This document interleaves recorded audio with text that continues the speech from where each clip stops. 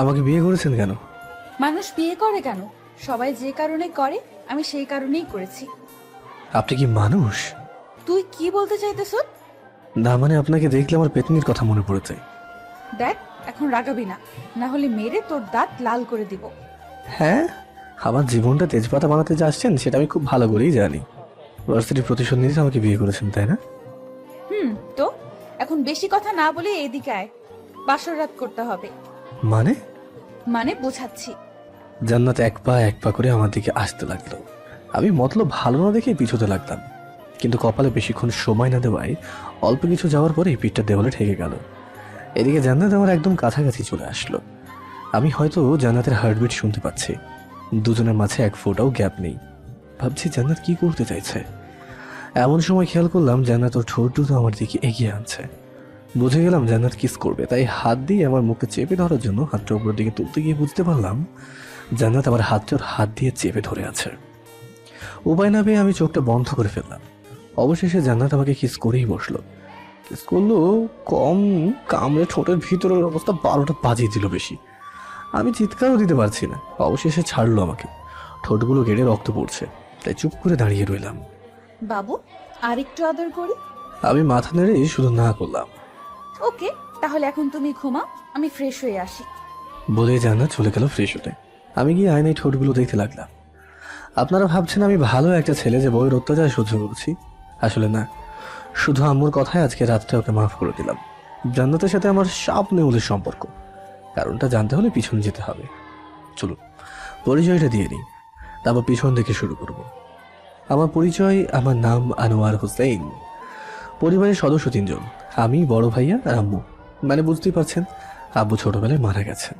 আব্বুর ছোট্ট একটা বিজনেস ছিল, যেটা এখন ভাইয়া সামলায়। আর আমি এখনো পড়াশোনা করি। আমরা সবাই গ্রামে থাকি, কিন্তু এখন সবাইকে ছেড়ে ঢাকায় যেতে হবে। আমি সারাদিন আম্মুর কাছে শুয়ে রইলাম। কলেজ লাইফ শেষ করে আমি কাল থেকে ভার্সিটিতে যাব। মনে আনন্দটাই অন্যরকম, কিন্তু ভয় একটাই, র্যাগিং নিয়ে একটু চিন্তা আছে। তাও মনে অনেক আনন্দ। রাতে চলে আসলাম স্বপ্নের শহর ঢাকায়। এখানে আমি আর আমরা একটা বন্ধু, দুজনে এসেছি গ্রাম থেকে, তাই দুজনে আলাদা একটা বাসা নিয়ে নিলাম। পরের দিন সকালে রেডি হয়ে চলে গেলাম ভার্সিটি গেটের সামনে। দাঁড়িয়ে ভাবতে লাগলাম কি হবে ভেতরে গেলে, র্যাগিংয়ে কি করতে বলবে। এসব ভাবতে ভাবতে ভেতরে গেলাম। একটু যেতেই একটা বড় ভাই ডাক দিল। ভদ্র ছেলের মতো ওনার সামনে গেলাম। নতুন এসেছিস? জি ভাইয়া। আমার সাথে আয় তো। কেন ভাইয়া? তোকে মেহেদি ভাই ডেকেছে। মেহেদি ভাইকে? আর আমাকে চেনে কিভাবে? ওই বেশি কথা বলছিস কেন? আসতে বলছি আয়। কোনো কথা না বলে ওনার সাথে গেলাম ক্যান্টিনে। গিয়ে দেখলাম কিছু বড় ভাইয়া বসে আছে। বুঝতে পারলাম আজকে কপালে খারাপ কিছু আছে। কিরে মেহেদি ভাই কই? ওয়াশরুমে গেছি। আমি দাঁড়িয়েছিলাম, তখনই কেউ একজন আসলো। ওনাকে আমি চিনি এমন লাগছে। এমন সময় মেহেদি ভাইয়া বলে উঠলো, তুই হোসাইন না? ভাইয়া। আমাকে চিনতে পেরেছিস? আমি মেহেদি। তুই যখন ক্লাস 7-এ পড়তি, আমি তখন ক্লাস 10-এ পড়তাম। তোকে আমার এখনো মনে আছে। তুমি নীলাকে ভালোবাসতে না? তোর নীলাকেও মনে আছে। কি রে, তুই চিনিস ওকে? হুম। ও, ওকে। হুসাইন, তুমি তাহলে যাও। ওই কই যাবে ও? আরে ওকে আমাদের এখন পর্যন্ত মেয়েদের সাথে আমাদের এবার শত্রুতামি জমবে। মামা অনেক জ্বালাইছে আমাদের, এখন আমরা পেয়ে গেছি আমাদের ডিফেন্ডার। ভাইয়া আপনি কি বলছেন? আমি কিছু না বুঝতে পেরে জিজ্ঞাসা করলাম। তুই এখানে এসে বস, আমি তোকে সব বুঝিয়ে বলতেছি। আর এত ভালো মানুষ হওয়ার ভাব ধরতে হবে না, আমি জানি তুই কেমন। তারপর একটা শান্তি নিঃশ্বাস ফেলে আমি ওনাদের সাথে বসলাম। তারপর ওনারা ভার্সিটির সব আগের কথাগুলো বলতে লাগলো। আর আমি শুনে এতটা বুঝতে পারলাম যে ভার্সিটিতে মেয়েদের রাজত্ব চলে যায়, যার কারণে ছেলেদের একটুও দাম নেই। ছেলেদের মেয়েদের মধ্যে তুমুল ঝগড়া, তাই আমাকে ওনাদের সাথে নিয়ে নিল। তারপর মেহেদি ভাই সবার সাথে আমার পরিচয়টা করিয়ে দিলেন। আর বললো আজ থেকে নাকি আমরা সবাই বন্ধু। যাক, অবশেষে শান্তি মিলল আমার। ভার্সিটির প্রথম দিনের এতটা পাওয়ার পেয়ে যাব সেটা ভাবতেও পারিনি। যাক, ক্লাস শেষ করে ওই দিনের মতো বাসায় ফিরে আসলাম। পরের দিন ভার্সিটিতে যেতে একটা আপু ডাক দিল, তা গিয়ে টাসকি খেয়ে গেলাম। দেখতে পুরাই পরি। মেয়েটা নীল ড্রেস পরে এসেছে, মানে আমার প্রিয় রং, তাই মেয়েটাকে আরো সুন্দর লাগছে। আমি ভাবতে লাগলাম তাকে খোদা হয়তো নিজ হাতে বানিয়েছে। আমি তার দিকে টাসকি খেয়ে তাকিয়ে আছি। তখন উনি আবার ডাক দিল। কিরে পিসি, এভাবে তাকে কি দেখছিস? না না, কিছু না। কিছু বলবেন? এদিকে আইতে পিসি। আপনি আমার থেকে মাত্র 3 ইয়ারের জুনিয়র, তাহলে আপনি আমাকে পিচ্ছি বলেন কিভাবে? ওকে, তা কলেজে কি নতুন নাকি? কেন? তুই অনেক কিউট, তাই তোকে একটু র্যাগিং দিব। কিছু না বলে চুপচাপ দাঁড়িয়ে রইলাম। তখনই মেহেদি ভাইয়া আসলো। জান্নাত, তুই ওকে ধরেছিস কেন? বুঝতে পারলাম মেয়েটার নাম জান্নাত, তবে মনে পরি নামে সেভ হয়ে গেল। সেটা কি তোকে বলতে হবে? ও আমার ছোট ভাই, তাই ওকে ধরলে আমি তোকে ছাড়বো না। আমি ওদেরকে নিয়ে খেয়াল না করে পাশের একটা আপুকে পড়াতে শুরু করলাম। দেখতে যেহেতু কিউট, তাই পাশের আপুটাও শরম পেতে লাগলো। জান্নাত আপুর নজর আমার উপরে পড়তে গিয়ে একটা ধমক দিল। ওই, তোর সাহস কি করে হয় আমার বান্ধবীকে পটানোর? আমি চুপ হয়ে গেলাম। তারপর আপুর দিকে রাগি চোখে তাকালাম। আপু, অনেক তো ভার্সিটিতে রাজত্ব করেছো, এবার থেকে আর পারবে না, সো ভালো হয়ে যাও, বাই বলেই সবাইকে নিয়ে সেখান থেকে চলে আসলাম। ওই দিন ক্লাস করে বাসায় চলে আসলাম। তারপরের দিন ভার্সিটিতে গিয়ে সবাইকে খুঁজতে লাগলাম। হঠাৎ কেউ একজন আমাকে টান দিয়ে একটা ক্লাসরুমে ঢুকিয়ে ফেলে তারপর দরজাটা লাগিয়ে দেয়। টান সামলাতে চারিদিকে তাকিয়ে হালকা অবাক হয়ে গেলাম। ক্লাসটায় পুরোটাই মেয়েদের ভর্তি, আমাকে এখানে আনা হয়েছে কেন? তুই কালকে কি বলেছিলি? কখন? যে আমাদের রাজত্ব তুই শেষ করে দিবি। তোর বাসা কোথায় রে? গ্রামে। সবাই আমার কথা শুনে হেসে দিল। আমি কিছু না বলে শুধু সবাইকে দেখতে লাগলাম। গ্রামের ছেলে হয়ে আমাদের রাজত্ব কেড়ে নিবি? কিছুদিন যেতে দিন, সব টের পেয়ে যাবেন। গ্রামে থাকতে তো মনে হয় ভদ্র ছিলি, এত কিউট দেখতে। তা শহরে এসে কি রক্ত গরম হয়ে গেছে নাকি? সিংহ সব জায়গায় সিংহ থাকে, বিড়াল সে কখনোই হয় না। রাখ, আমি তোর গ্রামে খোঁজ নিয়ে দেখতেছি তুই কেমন সিংহ ছিলি। গ্রামে খোঁজ নিতে যাই না। কেন? তোর সব কিছু ফাঁস হয়ে যাবে তাই? না, খোঁজ নেওয়ার পর থেকে আমাকে ভয় পাবেন তাই। হো, তাই নাকি? আরে আপনাদের এতটুকু আক্কেল থাকা তো দরকার যে ছেলেটা একদিনে যেহেতু ফার্স্ট ইয়ারে হয়ে লাস্ট ইয়ারে ছেলেদের বস হয়ে গেছে, মানে কিছু তো একটা আছে আমার মাঝে, তাই না? বেআক্কেলের মতো দল সব। জান সরেন, বাইরে যাবো আমি। কথাটা বলার পর সবার মুখে ভয় দেখতে পেলাম আমি। তখন একটু ভাব নিয়ে আমি দরজার কাছে চলে আসলাম। দরজাটা খোলার আগে আবার পিছনে ফিরে বললাম, বাইরে ওই ঝুলে থাকা মুখ নিয়ে যাবেন না, সবাই বুঝে যাবে যে আপনাদের ফার্স্ট ইয়ারের ছেলে আপনাদের গেম বাজিয়ে দিয়েছে। So smile. এই কথা বলে আমি বাইরে বেরিয়ে আসলাম। বাইরে বেরিয়ে দেখি মেহেদি ভাই সহ সবাই দাঁড়িয়ে আছে, আর আমি বেরোতে আমাদেরকে অবাক হয়ে তাকিয়ে রইল। কি হলো, এভাবে তাকিয়ে আছো কেন? তোকে কি মেরেছে ওরা? মারবে তাও আমাকে? বের হইলে ওদের মুখটা দেখিও কিভাবে শুকিয়ে কাঠ হয়ে আছে। তুই প্রথম যে কিনা টিচার রুম থেকে মার না খেয়ে বেরোইছিস। ও, ওইটা টর্চার রুম নাকি? ওদের যা ভয় দেখিয়েছে ওরা সবাই এখন আমার সাথে কথা বললেও হিসাব করে বলবে। তাই নাকি? তারপর জান্নাত পুরো বের হলেন। ওদের শুকনো মুখটা দেখে মেহেদি ভাই সহ বাকি সবাই হাসতে লাগলো। ওই জান্নাত শোন, এবার সিংহ এসেছে আমাদের দলে, দেখবো কিভাবে তুই আর পাওয়ার বাড়াস আমাদের সামনে। মেহেদি ভাইয়া জোরে ডাক দিয়ে বলল। জান্নাত আপু কিছু না বলে চলে গেল। তারপর ওনাদের নিয়ে বসলাম একটা জায়গায়। আচ্ছা, সারা ভার্সিটির মেয়েদের লিডার কয়জন? 5 জন। এই 5 জনের লিডার কি জান্নাত নাকি? ওকে, প্রথমে এটা বলো, জান্নাতের কোনো ক্রাশ আছে ভার্সিটিতে, বা ভার্সিটিতে কাউকে ভালোবাসে? না, কেন? আর বাকি 4 জনের কোনো ক্রাশ বা ভালোবাসে মানুষ বা বয়ফ্রেন্ড আছে? আছে, কিন্তু কেন বলতো? শোনো, মেয়েরা পৃথিবীতে কারো কথা না শুনলেও তার ক্রাশের কথাই উদ্ভাস করে, কারণ মেয়েরা যাকে পছন্দ করে তাকে সবসময় মন থেকে পছন্দ করে, আর তাই তাদের সেই কমজোরি জায়গাটার ফায়দা তুলতে হবে। আমার কথা শুনে মেহেদি ভাই সবাই হাঁ করে তাকিয়ে আছে। আমি ওনাদের বললাম, কি হলো? তুই সত্যি হারামি। ধন্যবাদ। এখন ওদের ক্লাসগুলোকে আমাদের টিমের একটা ভালো পথ দিয়ে দাও, তাহলে দেখবে জান্নাত ছাড়া বাকি 4 জন আমাদের টিমের কথাই চলবে। ওকে। আর জান্নাতকে আমি দেখে নেব, কিন্তু তার আগে জান্নাতকে বা ওর সম্পর্কে কিছু জানতে হবে আমাকে। শোন তাহলে, জান্নাত হলো ওর বাবা মায়ের একমাত্র সন্তান, অনেক বড় লোক ওর বাবা, আর ভার্সিটির সভাপতি। ওর বাবা আর ওকে দেখতে যতটা সুন্দরী ততটাই অহংকারী, আর কোনো ছেলেকে সে ভাও দেয় না। ওকে, বাকিটা আমি দেখে নেব, এখন যা বললাম সেটা করো। ওকে, লাস্ট ইয়ারের নির্বাচন কিন্তু 12 দিন পরে, সো যা করার তা তাড়াতাড়ি কর। তুমি যাও তো, চিন্তা করো না। তারপর ক্লাস করে বাসায় চলে গেলাম। এসে ফ্রেশ হয়ে বসে পড়ছিলাম, তখনই কলেজে একটা মেয়ের কল আসলো। কিছু না ভেবে কলটা রিসিভ করলাম। কি রে সুমিত, তুই এখন কল দিয়েছিস? ভাই, আপনি যেই ভার্সিটিতে ভর্তি হয়েছেন সেখান থেকে জান্নাত নামের একটা মেয়ে কল দিয়ে প্রিন্সিপালের কাছে আপনার খোঁজ নিতে। তো স্যার কি বললো? কলেজে যা করেছেন তাই সব বলে দিয়েছে, আর বলে দিয়েছে আপনার সাথে যেন না লাগতে যায়। ওকে, ভালো থাকিস বলেই ফোনটা কেটে দিলাম। কি ম্যাডাম, আমার খোঁজ নেওয়া শেষ, কি বলবো প্রিন্সিপাল? তুই জানলি কিভাবে? আপু, আমি যেই কলেজে পড়ে এসেছি ওই কলেজে প্রিন্সিপালের রাজত্ব না চলতো, শুধু আমার রাজত্ব চলতো। তো আমার কলেজে আমার খোঁজ নেবেন আর আমি জানবো না, এটা কখনো হয়? তুই হয়তো জানিস না, এটা গ্রাম না শহর, আর এই ভার্সিটির সভাপতি আমার বাবা। ও তাই নাকি? আপনি কি ভয় দেখাচ্ছেন? না, সাবধান করে দিচ্ছি, বেশি লাফালাফি করলে ভার্সিটি থেকে বের করে দিব। জান্নাতের কথাটা শুনে আমি জোরে হেসে দিলাম। ওরা সবাই আমাদেরকে অবাক হয়ে তাকিয়ে রইল। কি হলো, হাসছিস কেন? আপু, আমাকে চাইলেই বের করে দিতে পারো, কিন্তু পরের ভার্সিটিতে মুখ দেখাবে কি করে? মানে? আমাকে বের করে দিলে সবাই বলবে একটা ফার্স্ট ইয়ারের ছেলের ভয়ে তোমাদের সবার অবস্থা খারাপ হয়ে গেছে, তাই ওকে বের করে দিয়েছো। তারপর তোমাদের দেখলে শুধু ছেলেরাই না, মেয়েরাও হাসবে আর থুতু দিয়ে চলে যাবে তোমাদের। ওই ওই ওই, তুমি রাখলে না, তোমাকে একদম পরীর মতো লাগে। তা কি তুমি জানো? এই বলেই পিছন ফিরে চলে আসলাম। তখন জান্নাত আপু পিছন থেকে ডাক দিয়ে বললো, তোকে ভার্সিটি থেকে বের করব না, তোকে ভার্সিটিতে রেখেই শায়েস্তা করব। ওকে। কিরে, এখন কি করব? এখন কাজ হলো ওরা কি প্ল্যান করছে তা আমাদের জানতে হবে। কিভাবে? ওদের টিমে ভেজাল মিশিয়ে দিতে হবে। কিভাবে?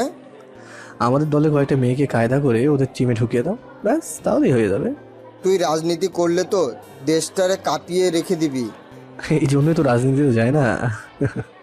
রাজনীতি করবি? ফাউল কথা বলো না তো। ওকে। তোমরা থাকো, আমি যাই বলেই বাসায় চলে আসলাম। এইভাবেই 4-5 দিন চলে গেল। জান্নাত আমার পিছনে লেগে আছে। স্টুডেন্ট লিডার নির্বাচনের আর মাত্র 4 দিন বাকি। এই নির্বাচনে ছেলেরা পাশ হবে, কারণ জান্নাতের টিম ছাড়া বাকি সবাই এখন আমাদের টিমে চলে এসেছে। তাই জান্নাত রেগে আগুন হয়ে আছে। আমি জানি জান্নাত আমার ক্ষতি করতে চাই, কিন্তু সেটা ওরা পারবে না, কারণ আমার কোনো কমজোরের জায়গা নেই। সকালে আমার একটা ফোন আসলো। ভার্সিটির একটা ছেলে ফোন দিয়েছে। এত সকালে ফোন দিয়েছে কেন, এটা জানার জন্য ফোনটা রিসিভ করলাম। কি রে, এখন ফোন দিয়েছিস কেন? ভাই, আমাদের একটা টিম মেম্বারকে জান্নাত মারতেছে, তুমি আসো তাড়াতাড়ি টর্চার রুমে, তুমি তাড়াতাড়ি চলে আসো। ওকে, আমি এখনই আসছি বলেই ফোনটা কেটে দিলাম। ভাবতে লাগলাম সমস্যা হলো তো মেহেদি ভাই ফোন দেবে, এই ছেলেটা ফোন দিল কেন? তাই মেহেদি ভাইকে ফোন দিলাম। ভাই, ভার্সিটিতে কোনো সমস্যা হয়েছে নাকি? না, কেন? আরে একটা ছেলে।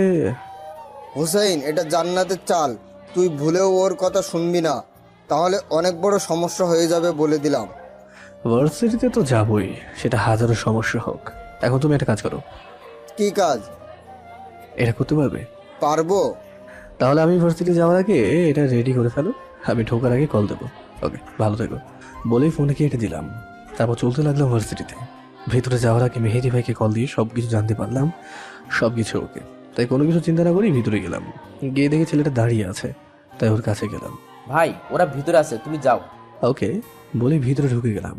ভিতরে গিয়ে আমি হালকা চমকে উঠলাম, কারণ ভিতরে জান্নাত ছাড়া আর কেউই নেই।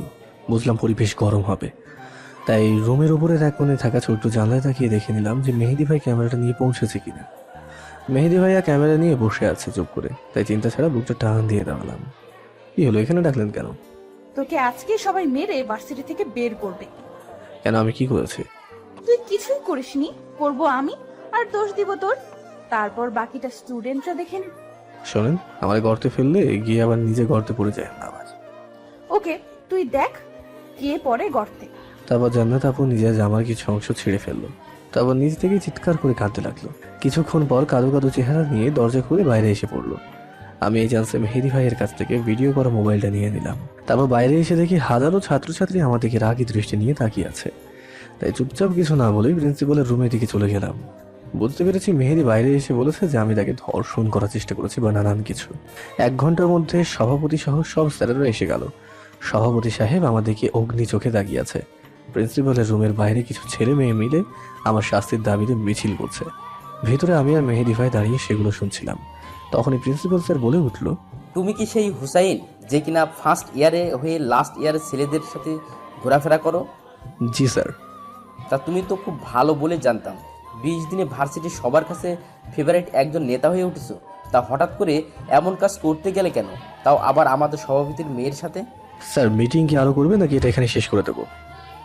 মানে এটা বলছি স্যার, আপনার রুমের প্রজেক্টরটা একটু চালু করতে পারি? কেন? আমি কিছু সবাইকে দেখাতে চাই। স্যার সবার দিকে তাকিয়ে হ্যাঁ বললো। তারপর মেহেদি ভাই সব রেডি হলো। তারপর আমি গিয়ে ভিডিওটা প্লে করে দিলাম। সবাই হাঁ করে দেখতে লাগলো। জান্নাত ভিডিওটা দেখে চোখ কপালে উঠে গেছে। একবার ভিডিওটা দিকে তাকাচ্ছে আর একবার আমার দিকে তাকাচ্ছে। ভিডিওটা শেষ হওয়ার পর আমি মোবাইলটা নিয়ে নিলাম। স্যার, আমি জানি না জান্নাত আবার কি বিচার হবে, তবে এরকম অপবাদ যেন অন্য কাউকে না দেয় সেদিকে নজর রাখবেন। ভালো থাকবেন বলে মেহেদি ভাই সহ আমি বেরিয়ে আসলাম। বাইরে সবাই আমাদেরকে হাঁ করে তাকিয়ে আছে। সবাইকে ইউনিভার্সিটির সকল স্টুডেন্টদের একটা গ্রুপ আছে, সেটাতে ভিডিওটা শেয়ার করে দিয়ে সবাইকে চেক করতে বললাম। কিছুক্ষণের মাঝেই সবাই চুপ হয়ে গেল। খারাপ আমাদের টিম না, খারাপ হলো জান্নাতের টিম। তো ভালো কিছু করতে চাইলে আমাদের টিমে চলে আসেন। ভালো থাকবেন সবাই বলে ক্যান্টিনে চলে আসলাম। ওই দিন আর ক্লাস করা হয়নি। ওই দুপুরে বাসায় খাওয়া দাওয়া করে দিলাম এক ঘুম। বিকেলে মোবাইলে চিল্লানিতে ঘুমটা ভাঙলো। তাকিয়ে দেখি মেহেদি ভাইয়ার ফোন, তাই উঠে রিসিভ করলাম। ভাই বলো। একটা গুড নিউজ আছে। কি গুড নিউজ? আরে ভার্সিটির সব ছেলে মেয়ে আমাদের টিমে জয়েন করতে চাইছে, সকলকে দলে নিয়ে নিব।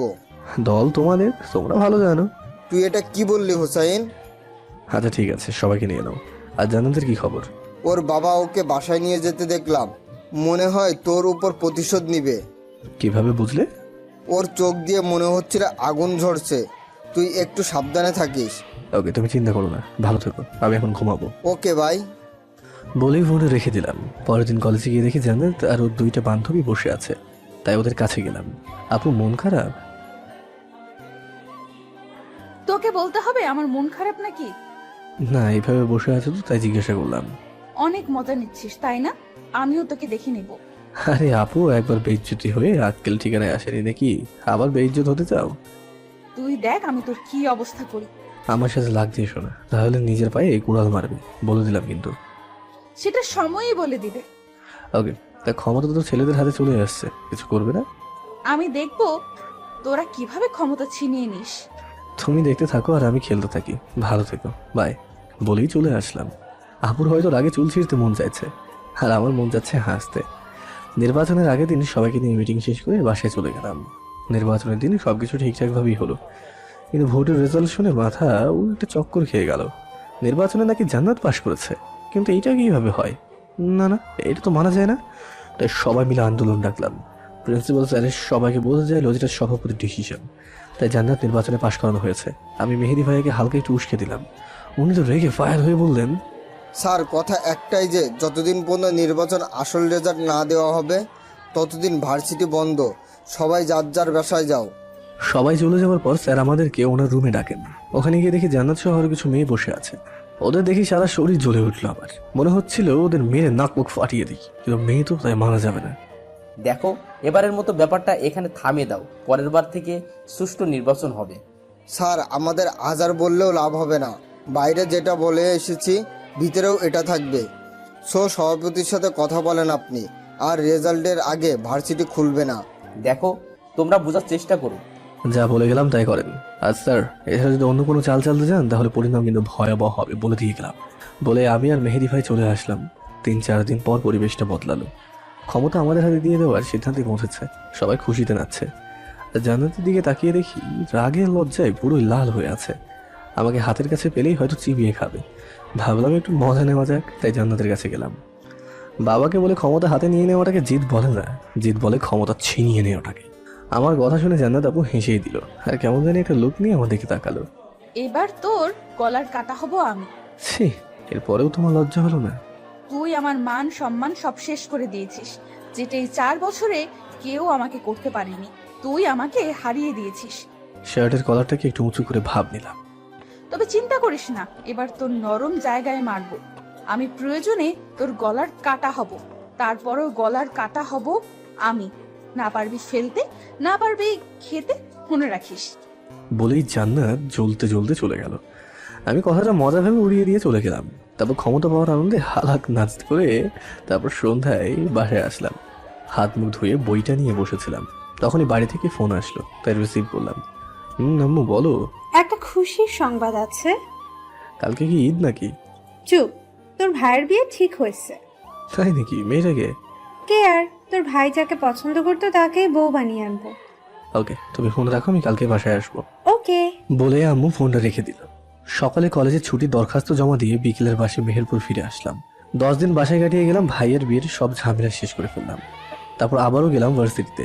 আমাকে দেখে মেহেদি ভাই সহ সবাই খুশি হয়েছে, কিন্তু এই 10 দিন জান্নাত আপুকে সব থেকে বেশি মিস করেছি। ক্র্যাশ বলে কথা। অনেকবার ঝগড়া করার পরও নক দিয়েছি, কিন্তু আপুর রিপ্লাই দেয়নি। ভার্সিটিতে সবার সাথে দেখা করে গেলাম জান্নাত আপুর কাছে। দূর থেকে দেখলাম হাসছে। আমাকে দেখার পরেই সব হাসি উঠাও। তারপর আপুর কাছে গেলাম। কিরে শয়তান, এতদিন কোথায় ছিলি? বাড়িতে গিয়েছিলাম। কেন? বড় ভাইয়ের বিয়ে করছে তো তাই। ও, তা তোরা কয় ভাই বোন? মাত্র 2 ভাই। ও, তা বাসায় আর কে কে থাকে? আম্মু, ভাবি, ভাইয়া আর আগে আমি থাকতাম, এখন ঢাকায় চলে এসেছি। তার মানে তোর আব্বু নেই, তাই তো? হুম। তোদের গ্রামের নামটা কি জানো? মেহেরপুর জেলা, আর এই গ্রাম। ওকে, তুই যা, আমাকে এখন অনেক কাজ করতে হবে। ওকে বলেই সেখান থেকে চলে আসলাম। এইভাবে কেটে গেল 3 মাস।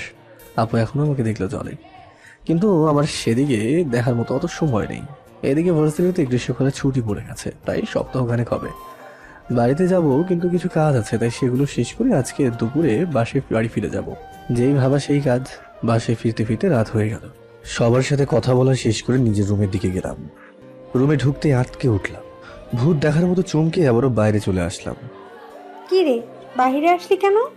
না, এমনি আমার হঠাৎ মনে হলো আমার রুমে একটা মেয়ে আছে, তাই চমকে গিয়েছিলাম। মনে হওয়ার কি আছে, মেয়েটা তো সত্যিই আছে তোর রুমের ভিতরে। কি? কি না, জি। আর তুই এত অবাক হলি কেন? কিছু না, এমনি। তুমি যাও, আমি একটু পরে আসছি। ওকে। বলে আম্মু চলে গেল। তারপর আমি রুমের ভিতরে চলে গেলাম। কি রে, কি খবর তোর? আপনি এখানে কেন? আমাদের বাসায় আসলেন কেন? সেটা এখন বাইরে গেলেই তোর আম্মু বলবে তোকে।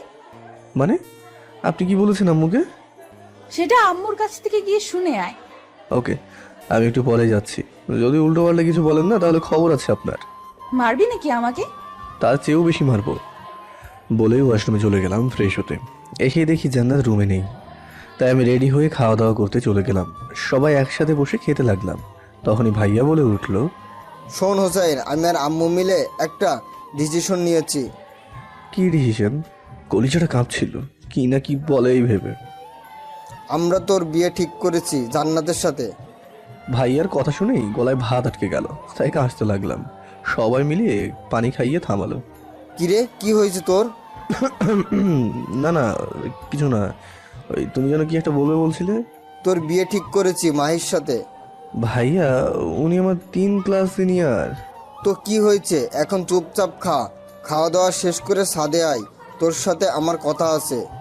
ওকে বলেই চুপচাপ খেয়ে রুমে চলে আসলাম। এখন সবকিছু মাথার উপর দিয়ে যাচ্ছে।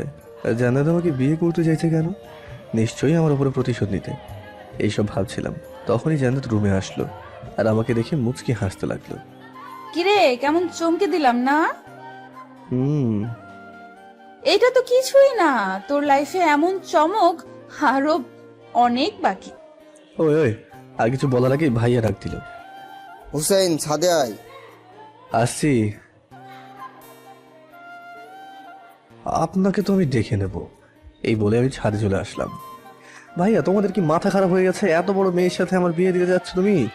তোর থেকে মাত্র 2 বছরের বড়, আর এটাকে কি কেউ বড় বলে নাকি? আচ্ছা, এটা বাদ দিলাম। তুমি জানো ও আমার উপর প্রতিশোধ নিতে এখানে এসেছে? আমাদের সব বলেছে, তোর যাওয়া থেকে শুরু করে নির্বাচনের ঘটনা সহ সব বলেছে আমাদের। তারপরেও তোমরা ওকে এই বাড়ি বউ বানাতে যাচ্ছ? মেয়েটা খুব ভালো, আর আম্মু নিজে কথা দিয়েছে, আর তুই ভালো করেই জানিস আম্মু কথা দেওয়ায় কতটা পাক্কা। ভাইয়া, তোমরা ব্যাপারটা বুঝছো না। আমরা বুঝছি, তুই বুঝিসনি। মেয়েটা তোকে অনেক ভালোবাসে, দেখিস অনেক সুখে থাকবি সারাটা জীবন তুই। মনে মনে বলতে লাগলাম, পিছনে বাঁশ নিয়ে কোন শালায় ভালো থাকে? আর এই মেয়ে তো পুরো একটা বাঁশের ঝাড়।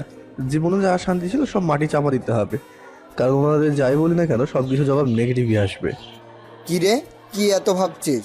তোমরা যে ওর আবেগকে এত পাত্তা দিচ্ছ বা নিজের বাড়ি বউ বানাতে যাচ্ছ, ওর বাবা যদি জানতে পারে তাহলে আমাদের সবাইকে মাটির নিচে ঢুকিয়ে দেবে। কিন্তু ওর বাবা কখনোই মেনে নেবে না এত বড় লোকের মেয়েকে এই বাড়িতে বউ করে আনার স্বপ্ন দেখো কিভাবে তোমরা।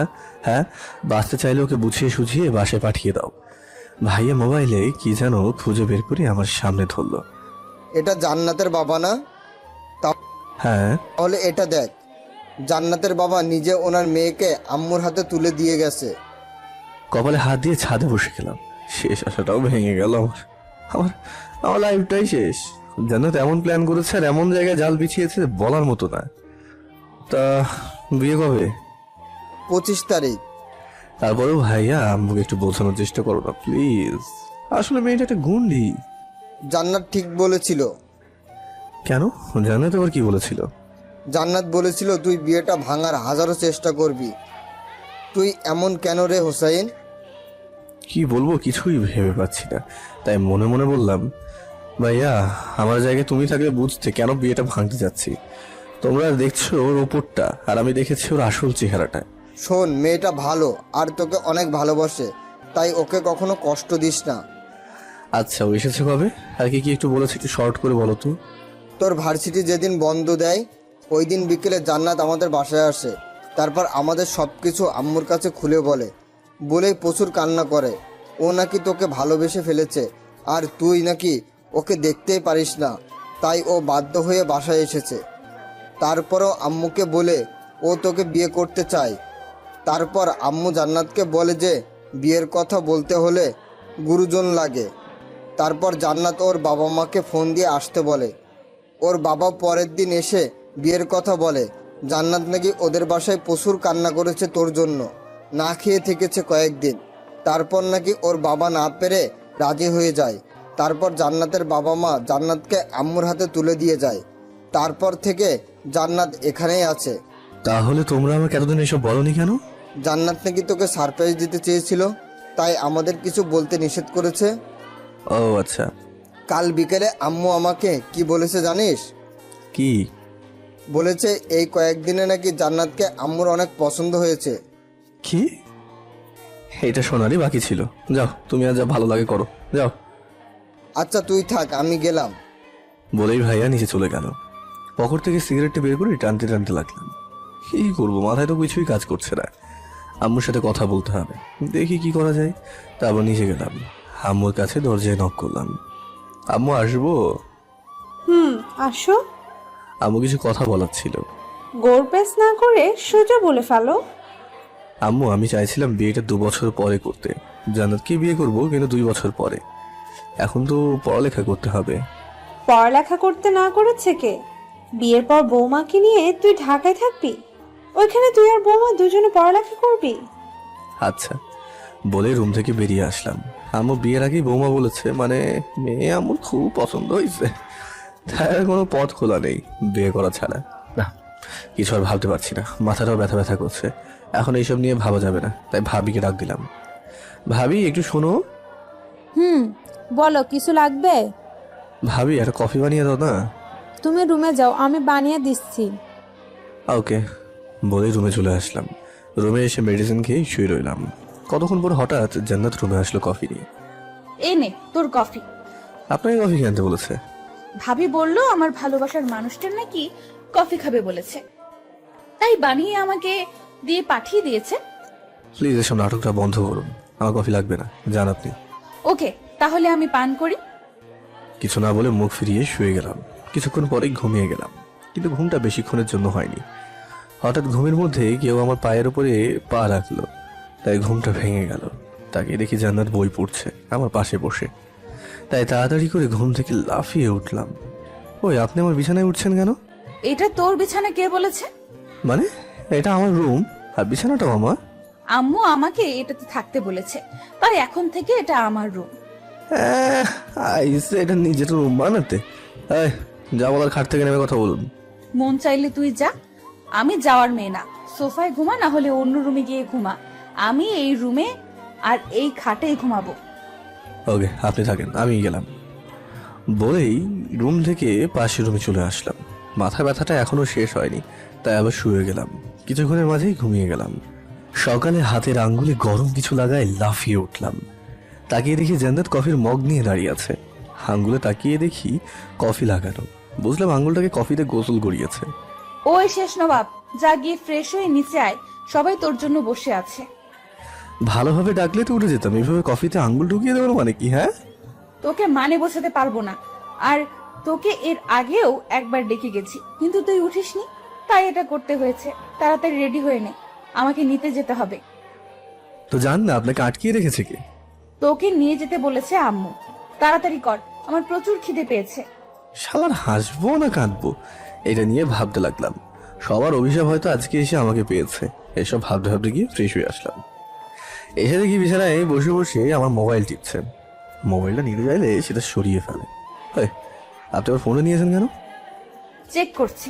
কি চেক করেন আপনি? কোনো মেয়ের সাথে রিলেশন আছে কিনা। থাকলে আম্মুর কাছ থেকে তো তোকে কতগুলো বকা শোনানো যাবে। কপালে হাত দিয়ে ফ্লোরে বসে গেলাম। প্যারার আগে শরীরটা ছিঁড়ে যাচ্ছে। বাসায় বলে চুপচাপ হজম করে নিচ্ছি। কি রে, তুই এখনো রেডি হচ্ছিস না কেন? হচ্ছি, বলেই রেডি হতে লাগলাম।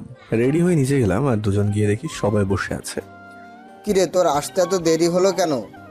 আসলে ওনার কাপড় বের করতে গিয়ে আমি একটু দেরি করে ফেলেছি, তাই রেডি হতে দেরি হয়ে গেছে ওনার। জান্নাতের কথা শুনে আকাশ থেকে পড়লাম। যাক, দোষটা নিজের ওপর নেমে ভালোই হয়েছে। জান্নাত, আমি জানি ওর উঠতে নিশ্চয়ই দেরি হয়েছে, তাই তুমি ওর দোষ নিজের কাঁধে নেওয়ার কোনো দরকার নেই। তুমি খেতে বসো। ভাইয়ের কথা শুনে আরো বেশি অবাক হলাম। তার মানে জান্নাত বাঁশ দিয়ে নিজেকে উপরে উঠিয়েছে আর এই জন্য দোষটা নিজের কাছে নিয়েছিল। এইসব ভাবতে ভাবতে নাস্তা শেষ করে রুমে চলে আসলাম। রুমে বসে বসে মোবাইল টিপছিলাম আর হঠাৎই জান্নাত এসে হাজির হলো রুমে। বাঁশ কি আরো আছে? থাকলে দিয়ে যান। আরে এই তো মাত্র শুরু, তোর জন্য তো বাঁশের জঙ্গল লাগিয়ে রেখেছি আমি। একটা রিকোয়েস্ট আছে, রাখবেন প্লিজ? আগে বল, পরে ভেবে দেখবো। বিয়ে তো আরো 5 দিন, সেই কয়েকটা দিন আমাকে জ্বালায়েন না প্লিজ। কারণ বিয়ের পর তো লাইফে তেজপাতা করবেন, সেটা আমার জানা হয়ে গেছে। তো এই কয়েকটা দিন প্লিজ জ্বালিয়েন না। ওকে, কিন্তু আমারও একটা শর্ত আছে। কি শর্ত বলেন? আমি যেভাবে বলবো সেভাবে বিয়ের আগ পর্যন্ত চলতে হবে। ওকে, বিয়ের পরে যে যার মতো চলবো, তাই তো? জান্নাত কিছু না বলে হালকা হেসে চলে গেল। মানে এটা বোঝার বাকি রইল না। যাক, তারপর আবার একটু ঘুমিয়ে নিলাম। দুপুরে আম্মু এসে ডাক দিল। উঠে ফ্রেশ হয়ে গিয়ে খাওয়া দাওয়া করে নিলাম। তারপর রুমে এসে মোবাইল টিপতে লাগলাম। বিকেলে সব বন্ধুদের সাথে দেখা করবো বলে রেডি হচ্ছিলাম, তখনই জান্নাত রুমে আসলো। কি রে, কোথাও যাবি নাকি? হুম। পরে যাস, আপাতত আমাকে তোদের গ্রামটা ঘুরিয়ে দেখা। অন্য কাউকে নিয়ে যান। আম্মুকে বলতে হবে নাকি ভালোই ভালোই রাজি হয়ে যাবি? আচ্ছা চলেন। এই তো গুড বয়। তারপর জান্নাতকে নিয়ে গ্রাম ঘুরতে বের হয়েছি। জান্নাত ঘুরে ঘুরে দেখতে লাগলো আর আমি শুধু রাস্তা চিনিয়ে দিচ্ছি আর পাহারা দিচ্ছি। জান্নাত গিয়ে একটা নদীর পাড়ে বসে পড়লো, তাই আমিও কিছুক্ষণ বসে রইলাম। হঠাৎ পিছন থেকে কেউ আমার নামে ডাক দিল। তাকে দেখি তৌফিক। তৌফিক হচ্ছে আমার গ্রামের বেস্ট ফ্রেন্ড। সে ডাক দিয়েছে, তারপর আমার কাছে আসলো। কি রে, কি অবস্থা? এই তো ভালো, তা তোর কি খবর? এই তো চলছে। শোন, তোকে যেটা বলতে এসেছি, মারিয়া তোকে যেতে বলেছে, তুই নাকি ওর নম্বর ব্লক করে দিয়েছিস, তাই তোকে নিয়ে যাওয়ার জন্য আমাকে পাঠিয়েছি। তৌফিকের কথাটা শুনেই জান্নাত আমাদেরকে রাগে চোখে তাকালো। কোন মারিয়া? না না না না, আমি কোনো মারিয়া রাইয়াকে চিনি না। শোন, ও বলেছে তোকে কোনো কিছুর জন্য প্রেশার দিবে না, যা একবার দেখা করে আয়। আর উনি কে? আমি কিছু বলার আগেই জান্নাত বলে উঠলো, আমি হুসাইনের খালাতো বোন। আমি হা করে ওনার দিকে ফিরে তাকালাম। উনি কি বললেন? ও আচ্ছা হুসাইন, আমি যাই, তুই গিয়ে এখনই দেখা করে আয়, না হলে পরে সময় করে দেখা করে নিস। ওকে।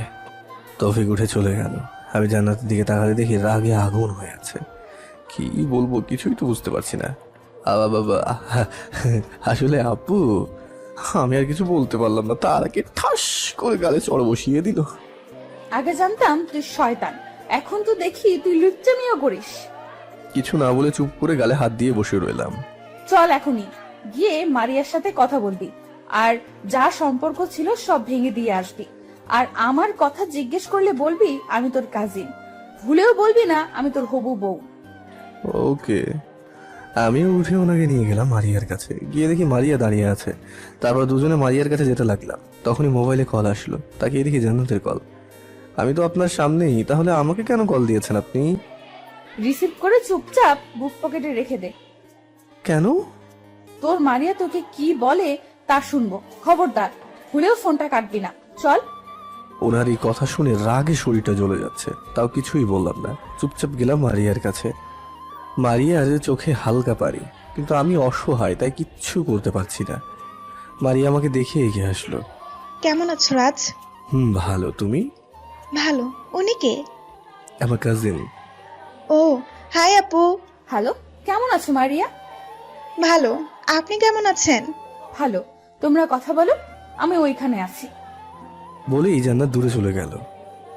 সরি তোমাকে ডাক দেওয়ার জন্য, আসলে তোমাকে তো আর পাবো না, তাই চাইছি শেষবারের মতো একবার জড়িয়ে ধরতে। শেষবারের মতো মানে? তুমি কি ভাবছো? আরে ভয় পেও না, আমি আত্মহত্যা করব না। তুমি তো বিয়ের পরে অন্য কারো হয়ে যাবে, তখন তো আর জড়িয়ে ধরতে পারবো না, তাই এখন একটু জড়িয়ে ধরবো। প্লিজ না করো না। কি বলবো কিছুই বুঝতে পারছি না তো। জান্নাত যদি দেখে ওকে জড়িয়ে ধরেছি তাহলে তো আমার খবর আছে, যা হওয়ার হরে হবে। টান দিয়ে মারিয়াকে বুকে জড়িয়ে নিলাম। মারিয়া কান্না করে দিল, আবার চোখের কোণ দিয়ে কয়েক ফোঁটা পানি গড়িয়ে পড়লো। কিছুক্ষণ পর মারিয়াকে ছেড়ে দিলাম। আর কিছুক্ষণ থাকলে হয়তো নিজেকে সামলাতে পারবো না ভালো থেকো। বলেই মারিয়া চলে গেল। আর আমি চোখের পানি মুছতে লাগলাম। জান্নাত আপুর সামনে চলে আসলাম। রাগে আপুর মুখটা লাল হয়ে আছে। এইটা শোধ বিয়ের পর তুলবো, অন্য মেয়েকে জড়িয়ে ধরা, তাই না? তারপর আমি কোনো কিছু না বলে ওনাকে নিয়ে বাসায় চলে আসলাম। বাসায় এসে দেখি বাসা টুকটাক সাজানো শুরু হয়ে গেছে। যাই হোক, রুমে গিয়ে ফ্রেশ হয়ে নিলাম। তারপর রাতে একটা খাওয়া দাওয়া করে দিলাম ঘুম। এইভাবে কেটে গেল 4-4টে দিন। সন্ধ্যায় বিয়েটাও হয়ে গেল। কবুল বলার সাথে সাথে নিজের সব সুখকে মারি চাপা দিয়ে দিয়েছি। রাত 12টার দিকে পুকুর পাড়ে দাঁড়িয়ে দাঁড়িয়ে মারিয়ার কথা ভাবছিলাম। আর যখন মারিয়া ক্লাস 9-এ তখন আমি ক্লাস 10-এ। তখন থেকে রিলেশন আমাদের। কখনো মারিয়াকে খারাপ নজরে দেখিনি। পড়ালেখা শেষ করার পর মারিয়াকে বিয়ে করার নিয়ত ছিল, কিন্তু জানাতে সে সব কিছু শেষ করে দিল। আম্মুকেও মারিয়ার ব্যাপারে বলতে পারিনি, কারণ মারিয়ার পরিবারের সাথে আমাদের পরিবারের শত্রুতা রয়েছে। কিন্তু জান্নাত আমার পরিবারে না আসলে আম্মুকে যে কোনোভাবে মানিয়ে ফেলতাম, কিন্তু এটা তো কোনোভাবেই সম্ভব না। মারিয়া মেয়েটা আমাকে খুব ভালোবাসে, কিন্তু একটা ভিলেন এসে সবকিছু শেষ করে দিল। এসব ভাবতে ভাবতে কখন যে চোখ দিয়ে পানি বেরিয়ে গেল বুঝতেও পারিনি। চোখের পানি মুছছি, তখনই কেউ কাঁধে হাত রাখলো। তাকে দেখি ভাইয়া ভাবি পিছনে দাঁড়িয়ে আছে। কিরে, মন খারাপ? না, এমনিতেই। ও আচ্ছা, যা। জান্নাত একা রুমে বসে আছে কখন থেকে? তারপর বাসায় এসে নিজের রুমে গেলাম। এসে দরজাটা লাগিয়ে দিলাম। দরজা লাগিয়ে পিছনে ফিরতেই দেখি জান্নাত উঠে বারান্দায় গিয়ে দাঁড়িয়ে আছে। আমি কিছু না বলে সোফায় গিয়ে বসে রইলাম।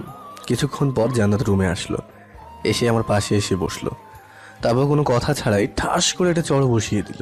গালে হাত দিয়ে নির্বাকের মতো তাকাইয়ে রাখলাম। এটা দিয়েছিস কেন জানিস? হবু বউ থাকতে যে অন্য মেয়েকে জড়িয়ে ধরেছিস, তাই। কিছু না বলে হালকা একটু হাসলাম। আজ থেকে চর খাওয়ার অভ্যাসটা করে ফেল, কারণ এখন থেকে ভুল হলে রাগ দেখাবো না, সোজা থাপ্পড় লাগিয়ে দিব। আমি চুপ করে বসে রইলাম। কিছু বলার আছে নাকি এভাবেই চুপ করে বসে থাকবি? আমাকে বিয়ে করেছেন কেন? মানুষ বিয়ে করে কেন? সবাই যে কারণে করে, আমি সেই কারণেই করেছি। আপনি মানুষ? ওই, তুই কি বলতে চাইতেছস? না মানে আপনাকে দেখলে আমার পেতনির কথা মনে পড়ে যায়। দেখ, এখন রাগাবি না, না হলে মেরে তোর দাঁত লাল করে দিব। হ্যাঁ, আমার জীবনটা তেজপাতা বানাতে এসেছেন সেটা আমি খুব ভালো করেই জানি। ভার্সিটি শোধ নিতে আমাকে বিয়ে করেছেন, তাই না? তো এখন বেশি কথা না বলে এদিকে আয়, বাসর রাত করতে হবে। মানে বোঝাচ্ছি। জান্নাত এক পা করে আমার দিকে আসতে লাগলো। আমি মতলব ভালো না দেখে পিছুতে লাগলাম, কিন্তু কপালে বেশিক্ষণ সায়না দেওয়ায় অল্প কিছুক্ষণ যাওয়ার পরে পিঠটা দেওয়ালে ঠেকে গেল। এদিকে জান্নাত আমার একদম কাছাকাছি চলে আসলো। আমি হয়তো জান্নাতের হার্টবিট শুনতে পাচ্ছি। দুজনের মাঝে এক ফোঁটাও গ্যাপ নেই। ভাবছি জান্নাত কি করতে চাইছে। এমন সময় খেয়াল করলাম জান্নাত ওর ঠোঁট দুটো আমার দিকে এগিয়ে আনছে। বুঝে গেলাম জান্নাত কিস করবে, তাই হাত দিয়ে আমার মুখটা চেপে ধরার জন্য হাতটা উপরের দিকে তুলতে গিয়ে বুঝতে পারলাম জান্নাত আমার হাতটা ওর হাত দিয়ে চেপে ধরে আছে। উপায় না পেয়ে আমি চোখটা বন্ধ করে ফেললাম। অবশেষে জান্নাত আমাকে কিস করে বসলো। সে কিস করলো কম, আর কামড়ে ঠোঁটের ভিতরে অবস্থার 12টা বাজিয়ে দিল। আমি চিৎকারও দিতে পারছি না। অবশেষে ছাড়লো আমাকে। ঠোঁটগুলো কেটে রক্ত পড়ছে, তাই চুপ করে দাঁড়িয়ে রইলাম। বাবু, আরেকটু আদর করি?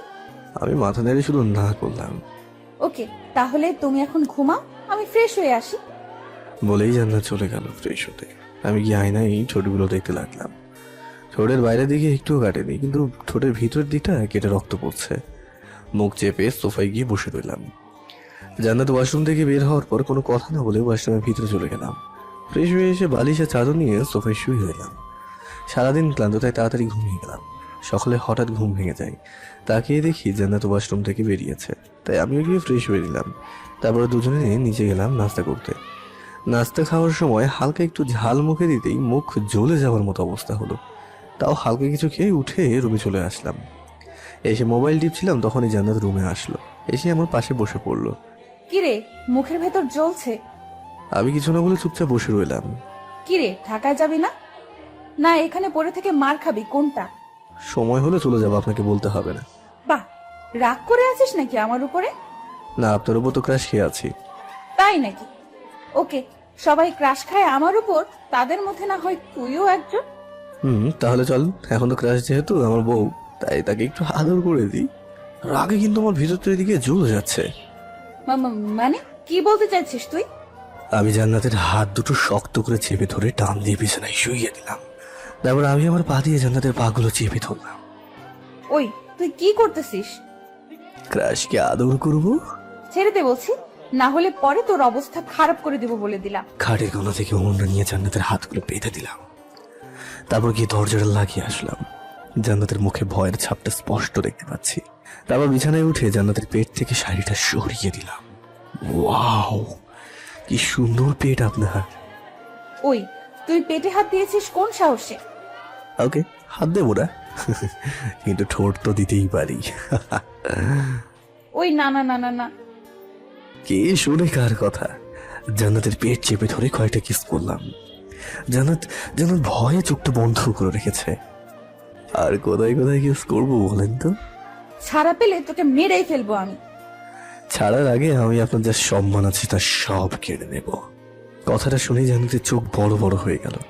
এবার আমার দিকে মায়াবী চোখে তাকালো। এইভাবে তাকিয়ে লাভ হবে না, কারণ আপনার ডানা না ভাঙলে আপনার ফড়ফড়ানি বন্ধ হবে না। আমি চাই তুই এটা কর, কারণ তুই এটা করলে আমার কাছে হেরে যাবি, আর আমি চাই তুই আমার কাছে হেরে যা। ওকে, আজকের মতো ছেড়ে দিলাম, আমিও দেখে নেবো আপনাকে বলেই হাত পায়ের বাঁধনগুলো খুলে দিলাম। জান্নাত কিছু না বলে রুম থেকে চলে গেল। তারপর কিছুদিন বাড়ি থেকে জান্নাতকে নিয়ে ঢাকায় চলে আসলাম। ঢাকায় একটা বাসা ভাড়া নিয়ে নিলাম।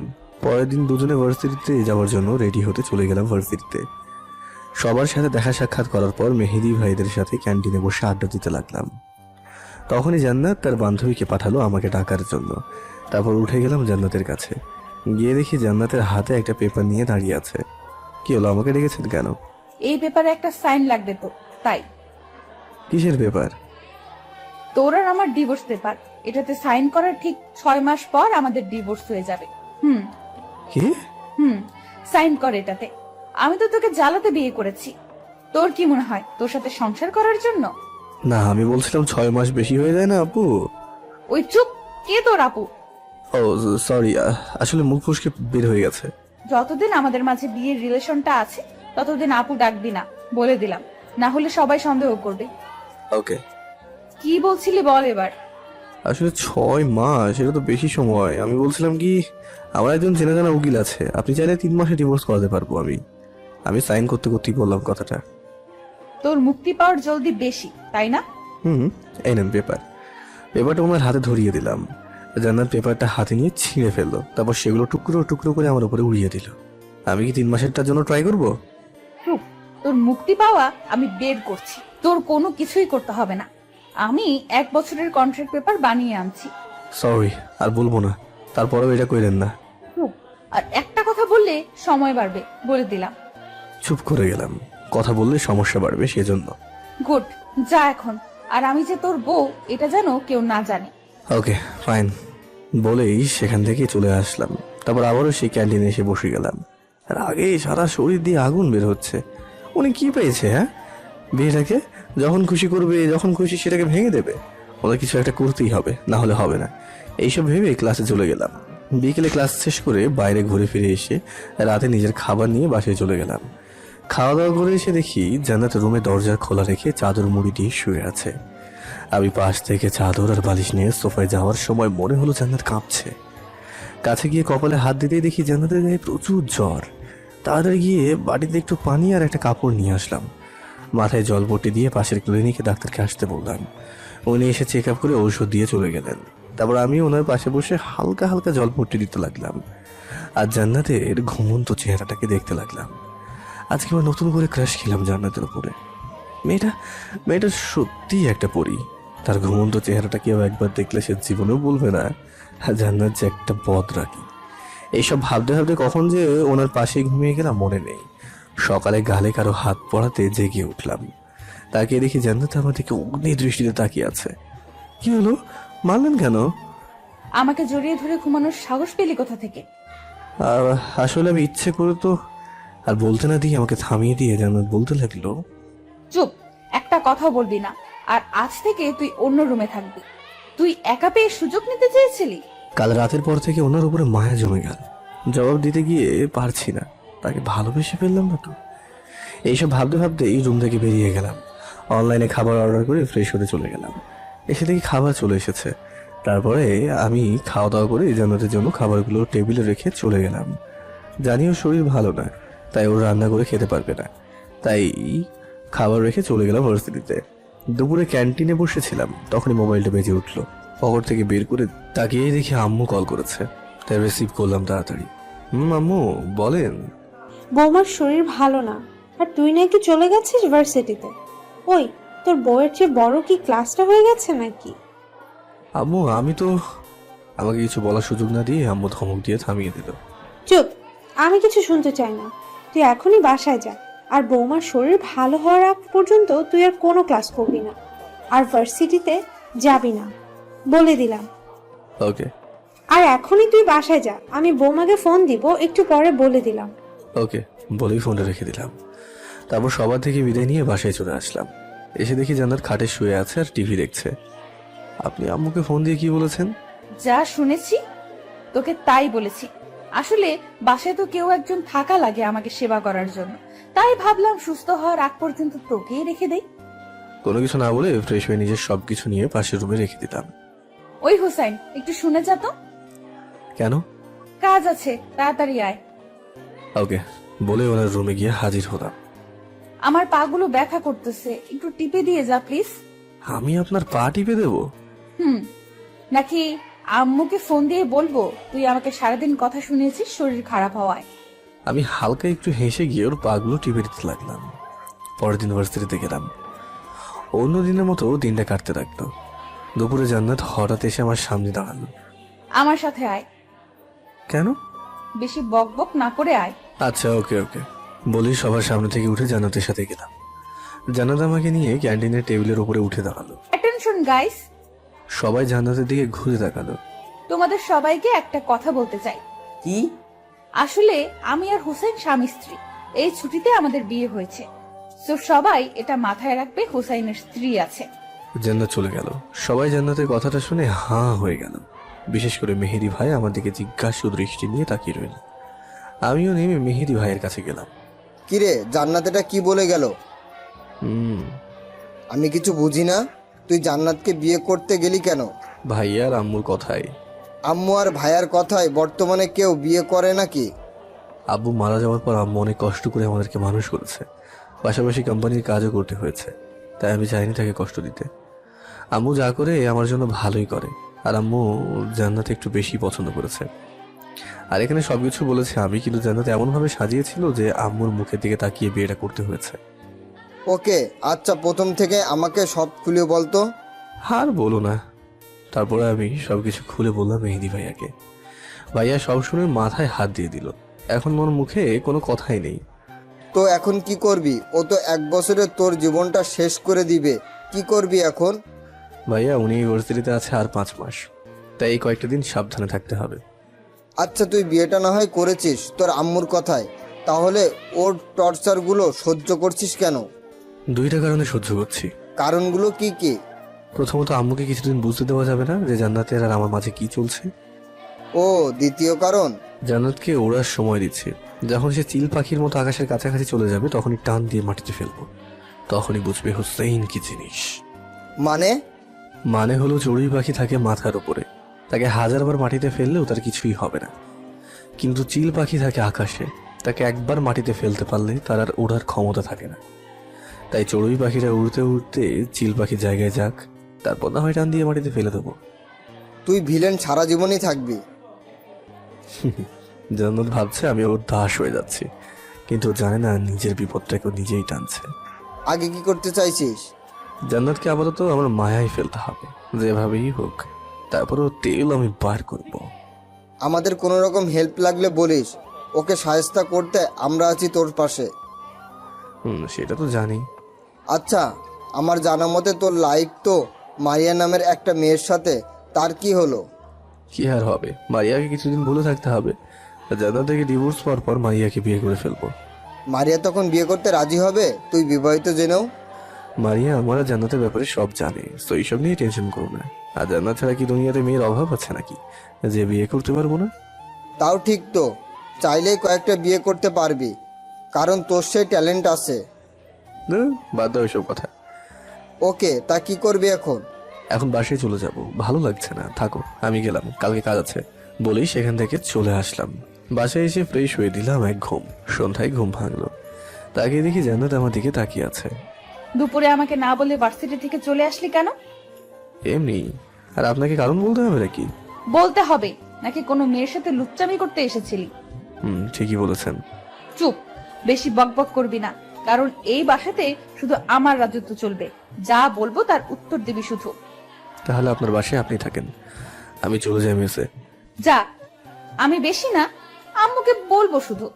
আম্মুকে কষ্ট দিতে চায় না বলে আপনাকে সহ্য করছি, নাহলে আপনার অবস্থা আগের মতোই করতাম। কিভাবে করবি? এটা তো ভার্সিটিতে না যেয়ে আমাকে হারিয়ে দিবি। এটা সংসার, আর সংসারে বড় বড় ভিলেনরাও রাজত্ব করতে পারে না, কারণ সংসারের রাজত্ব চলে মেয়েদের। সো 1 বছর যা বলি তাই কর, না হলে সারা জীবনের জন্য জ্বালাতে থাকবো, বলে দিলাম। এই জন্যই তো ছাড় পাচ্ছেন, নাহলে এমনিতে তো আমার একটা চুলও ছিঁড়তে পারবেন আপনি। কেন মারিয়ার কাছ থেকে তোকে কেড়ে নিলাম না? এটাতে শিক্ষা হয়নি তুই? মারিয়া মারিয়া মারিয়া মারিয়ার কথা বলতেই মাথায় একটা বুদ্ধি আসলো। কি হলো, হাসছিস কেন? না না, এমনি বলে মনে মনে ভাবতে লাগলাম, কোথায় থেকে আর কেড়ে নিতে পারলেন? আপনি আমাকে ছেড়ে দিলেন আর আমি মারিয়াকে বিয়ে করে ফেলবো। আর মারিয়া এমনি তো জানে আপনি কেন আমাকে বিয়ে করেছেন, তাই মারিয়াকে বিয়ে করতে আমার কোনো অসুবিধা হবে না। আর একটা কথা কি জানেন তো, মারিয়া নেক্সট ইয়ার ভার্সিটিতে উঠে যাবে, আর আপনি ভার্সিটি থেকে চলে গেলে আমার রাস্তা ক্লিয়ার হয়ে যাবে। সব যা করার এই কয়েকদিনে করে দিন, না হলে পরে আর পাবেন না আমাকে। মনে মনে ভাবছি এইসব, আর তখনই জান্নাত ডাক দিল। কিরে, ভাবনার সাগরে ডুব দিলি নাকি? যা করবি আজ থেকে সব বলবি, না হলে তোর খবর করে ছাড়বো, বলে দিলাম। ওকে, তা এখন একটু বাথরুমে যেতে পারি? কি? যা ছেচরা। বাসায় রান্না করার মতো কেউ নেই, তাই রাতে খাবার অর্ডার করে খাওয়া দাওয়া করে আরামে একটা ঘুম দিলাম। আজকে একটু তাড়াতাড়ি ভার্সিটিতে চলে আসলাম। এসে ক্যান্টিনে বসেছিলাম, তখনই আমার ক্লাসমেট একটা মেয়ে আসলো। মেয়েটা কিছুদিন ধরে আমাকে ফলো করছিল। মেয়েটা দেখতে একদম পরীর মতো। আজকে কি বলতে এসেছে কে জানে। আপনাকে একটা কথা বলার ছিল। হ্যাঁ বলেন। তোমাকে আমার খুব ভালো লাগে। কি? তোমাকে বলবো বলবো ভাবছিলাম, আজকে কেউ নেই, তাই ভাবলাম আজকে বলে দেই। আমি যে বিবাহিত সেটা আপনি জানেন না? জানি, কিন্তু ওই মানুষটা যে আপনার উপর প্রতিশোধ নিতে বিয়ে করেছে সেটা আমি বুঝি। ওর কথা শুনে আমি তো হাঁ হয়ে গেলাম, হাঁ হয়ে ওর দিকে তাকিয়ে রইলাম। দেখো, আমি তোমাকে ভালোবাসি, তুমি চাইলে আমার সাথে রিলেশনে থাকতে পারেন। মনে মনে ভাবলাম জান্নাতকে একটু সাহায্য করা দরকার, তাই আমিও বললাম এমনি তো জান্নাতে জ্বালায় অতিষ্ঠ হয়ে গেছি।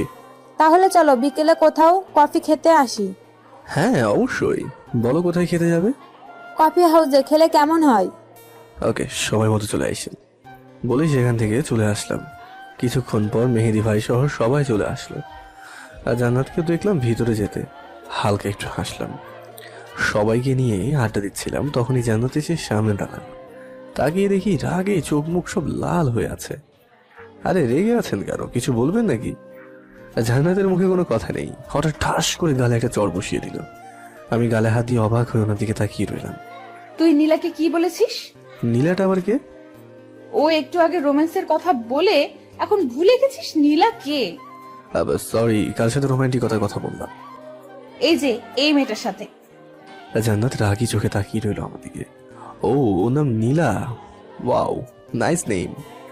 নাইস নেম কথাটা বলার সাথে সাথে জান্নাত আরেকটা চড় বসিয়ে দিল গালে। গালে হাত দিয়ে ওনার দিকে তাকিয়ে দেখি রাগটা বেড়েই আছে, কিন্তু সবার সামনে এইভাবে চড় মারায় আমার কেমন যেন লেগে উঠলো। বাসায় বউ থাকতে অন্য মেয়ের সাথে রোম্যান্স করতে লজ্জা করে না তোর? বাসায় বউ আছে মানে? আপনি বউ পেলেন কোথায় বাসায়? কেন, আমি তোর কি হই? আপনি বলেন তো, আজ পর্যন্ত বউ হওয়ার মতো কোনো কাজ করেছেন? এই পর্যন্ত আমাকে শান্তিতে একটা মিনিট থাকতে দিয়েছেন? আপনার থেকে ইন্ডিয়া পাকিস্তানের শত্রুতা ভালো। কথাগুলো শুনে জান্নাত স্থির হয়ে দাঁড়িয়ে রইল। আমি উঠে চলে যাওয়ার ভাব করে জান্নাতের পিছনে গিয়ে মেহেদি ভাইকে চোখ টিপ দিয়ে সেটাই বুঝালাম আগুনে পেট্রোল দিতে। তারপর সেখান থেকে চলে গেলাম। আর ভাবলাম, জান্নাত তুমি নিজেও জানো না তোমাকে ভবিষ্যতে কতটা জ্বালাবো আমি। আপাতত মায়ায় ফেলবো, তারপর বাকিটা দেখবে তুমি। তারপর ক্লাস না করে বাসায় চলে আসলাম। শরীরটা বেশি একটা ভালো না, তাই দুপুরে খাওয়া দাওয়া করে দিলাম এক ঘুম। সন্ধ্যায় জান্নাতের ডাকে ঘুমটা ভাঙলো। কি হলো, ডাকছেন কেন? বাহিরে আকাশ খারাপ হয়েছে, রাতে খাবার জন্য কিছু গিয়ে নিয়ে আয়। তা ঘুমটা না ভাঙিয়ে অনলাইনে অর্ডার করে দিলেও তো পারতেন। চুপ, বেশি কথা বলবি না, যাওয়া লাগবে না তোর। বলেই মুখ বাঁকিয়ে রুম থেকে চলে গেল। ঘুমটা ভেঙে দিয়ে গেছে, তাই ঘুম ধরল না। তাই উঠে ফ্রেশ হয়ে ড্রয়িং রুমে গেলাম। এসে দেখি মহারানী টিভি দেখছে। পানি খেয়ে আমি রুমে চলে আসলাম। আকাশের অবস্থা খারাপ হতে চলেছে, মনে হয় রাতে ঝুম বৃষ্টি হবে বা তুফান হবে। আমি এইসব চিন্তা বাদ দিয়ে পড়তে বসে গেলাম। কিছুক্ষণ পর শুরু হয়ে গেল আকাশের গর্জন করা। এখন পড়তে অনেক ভালো লাগছে। হঠাৎ অনুভব করলাম আমার পিছনে কেউ একজন দাঁড়িয়ে আছে। তাকিয়ে দেখি জান্নাত দাঁড়িয়ে আছে। কি হলো, এখানে দাঁড়িয়ে আছেন কেন? আজকে তোর সাথে পড়তে বসবো। কেন আমার সাথে কেন? এমনি, বেশি কথা না বলে নিজের কাজ কর। তারপর আমি নিজের পড়ার মনোযোগ দিতে লাগলাম। জান্নাত আমার উল্টো পাশে চেয়ারটাই বসলো। কিছুক্ষণ পর হঠাৎ খেয়াল করলাম আকাশ গর্জন দিলে জান্নাত কেঁপে উঠছে। বুঝে গেলাম জান্নাত আকাশের গর্জনগুলো খুব ভয় পায়, তাই আমার পাশে পড়তে বসেছে। জান্নাত বড় হয়ে গেছে ঠিকই, কিন্তু মনটা এখনো বাচ্চাই রয়ে গেল। এইসব ভেবে মনে মনে হালকা হেসে আমি আবারও পড়াই মনোযোগ দিলাম। হঠাৎ জান্নাত বলে উঠলো, তোর হাতটা একটু ধরতে পারি? কি? তোর হাতটা একটু ধরতে দিবি? হাত ধরবেন কেন? এমনি ধরতে দিবি কিনা তাই বল। খারাপ মতলব না থাকলে ধরতে পারেন। তোর প্রতি খারাপ মতলব কোনো দিন হবেও না আমার। জান্নাত বলেই আমার হাতটা ধরলো। এই প্রথম আমার হাতে তার হাতটা রেখেছে। এটার ফিলিংসটা একদমই আলাদা, যা ভাষায় বোঝানো যাবে না। পড়ছিলাম আর খেয়াল করতে লাগলাম আকাশে যখনই গর্জন দেয় জান্নাত তখনই আমার হাত থেকে জোরে আঁকড়ে ধরে, তারপর আবার নর্মাল ভাবে ধরে থাকে। জান্নাত হয়তো মেঘের গর্জনকে অনেক ভয় পায়। পড়া শেষ করে গিয়ে দুজনে খেয়ে নিলাম, তারপর রুমে এসে শুয়ে গেলাম। কিছুক্ষণ পর জান্নাত এসে আমার পাশে শুয়ে পড়লো। কি হলো, আপনি এখানে এইভাবে শুয়ে পড়লেন কেন? এমনি, বেশি কথা না বলে ঘুমা। আপনি এখানে থাকেন, আমি সোফায় গিয়ে ঘুমাচ্ছি। তোকে সোফায় যেতে বলেছি আমি? চুপচাপ যেখানে আছিস সেখানে ঘুমা, আর মাঝখানে এই কোল বালিশটা থাকবে। ওকে বলেই শুয়ে পড়লাম। জান্নাত কি করতে চাইছে দেখা দরকার, তাই চুপ করে ঘুমের ভান ধরে শুয়ে রইলাম। এইভাবে প্রায় আধা ঘন্টা শুয়ে থাকার পর হঠাৎ জান্নাত বলে উঠলো, ওসাই, তোকে একটা কথা বলার ছিল। আমি কোনো উত্তর না দিয়ে চুপ করে রইলাম। কি রে, তুই কি ঘুমিয়ে গেছিস? তাও কোনো উত্তর দিলাম না। তারপর জান্নাত আর কোনো কিছু না বলে আস্তে আস্তে আমাকে জড়িয়ে ধরলো। আমি অবাক হয়ে গেলাম ওনার এমন কাণ্ড দেখে। চুপচাপ কিছুক্ষণ শুয়ে রইলাম। জান্নাত আমাকে জোরে চেপে ধরে আছে। প্রায় 10 মিনিট পরে মনে হলো ওর হাত পা একটু লুজ হয়েছে, মানে জান্নাত ঘুমিয়ে গেছে। আমি শিওর হওয়ার জন্য আস্তে করে জান্নাত এইভাবে ডেকে উঠলাম, ওই আপনি আমাকে এইভাবে জড়িয়ে ধরে আছেন কেন? আর জান্নাতের কোনো সারা শব্দ নেই। বুঝলাম পাগলিটা ঘুমিয়েছে। আস্তে করে চোখ খুলে জান্নাতের দিকে তাকালাম। রুমের ভিতরের হালকা আলোয় জান্নাতকে যা লাগছে না, একটা পরীকেও সে হার মানিয়ে দেবে। আমি ওনার দিকে হাঁ হয়ে তাকিয়ে রইলাম। ওনার এইভাবে জড়িয়ে ধরা দেখে আমার নিয়ত উল্টাতে লাগলাম। পরে ভাবলাম কারো সুযোগ নেওয়াটা ঠিক হবে না, তাই সব চিন্তা বাতিয়ে জান্নাতের নিষ্পাপ মুখটা দেখতে লাগলাম। নিজের ক্রাশ যখন জড়িয়ে ধরে ঘুমিয়ে থাকে না, তখন অনুভূতিটাই আলাদা কাজ করে। এমন লাগে যেন পৃথিবীটা হুমড়ি খেয়ে আমার বুকে শুয়ে আছে। এরকম নানা রকম কথা ভাবছিলাম আর জান্নাতকে দেখছিলাম। কতক্ষণ দিয়ে তাকিয়েছিলাম তা মনে নেই। সকালে একটু তাড়াতাড়ি ঘুম ভেঙে গেল। শরীর কেন জানি মনে হলো নাড়াতে পারছি না। মনে হচ্ছে কেউ আমার হাতগুলো বেঁধে রেখেছে। তাই নিজের অবস্থান দেখার জন্য নিজের শরীর দিকে তাকালাম। তাকিয়ে বড় সড়ো একটা ধাক্কা খেলাম, কারণ জান্নাতের কোল বালিশটা নিচে পড়ে আছে। জান্নাত আমাকে কোল বালিশ ভেবে আমার গায়ের নিচে দিয়ে একটা হাত আর ওপর দিয়ে একটা হাত দিয়ে জড়িয়ে ধরে আছে, আর এক পা আমার উপরে তুলে দিয়ে ঘুমিয়ে আছে। মাথা চুলগুলো এলোমেলো হয়ে পড়ে আছে, তাই ফোঁ দিলাম সেগুলো ঠিক হওয়ার জন্য। আর তখনই জান্নাত সজাগ হয়ে গেল। আপনার কোল বালিশ আমি না, আপনার কোল বালিশ নিচে পড়ে আছে। জান্নাত নিচের দিকে খেয়াল করে আহা করে নিজেকে ছাড়িয়ে নিল। তুই আমার কাছে আসলি কেন? সরি, কাছে আমি না, আপনি এসেছেন। এই পাশে আমি শুয়েছিলাম আর আপনি রাতের অন্ধকারে একটা ছেলেকে একা পেয়ে সুযোগ নিয়েছেন। আমার এই কথা শুনে জান্নাত আর কিছুই বললো না। সত্যি করে বলেন তো, কি কি করেছেন আমার সাথে? কি মনে করেছিস মানে? তোর কি মনে হয় তোর মতো খারাপ ছেলের সুযোগ নিব আমি?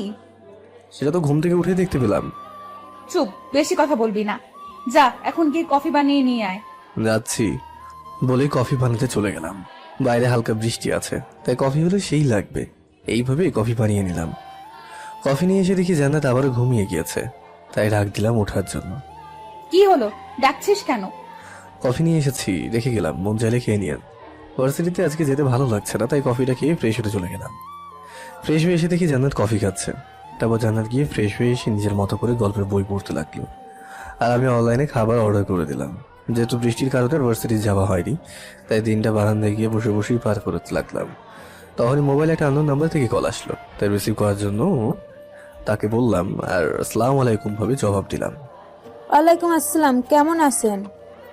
আলহামদুলিল্লাহ, আপনি কি? কালকে প্রপোজ করলাম আর আজকেই ভুলে গেলেন?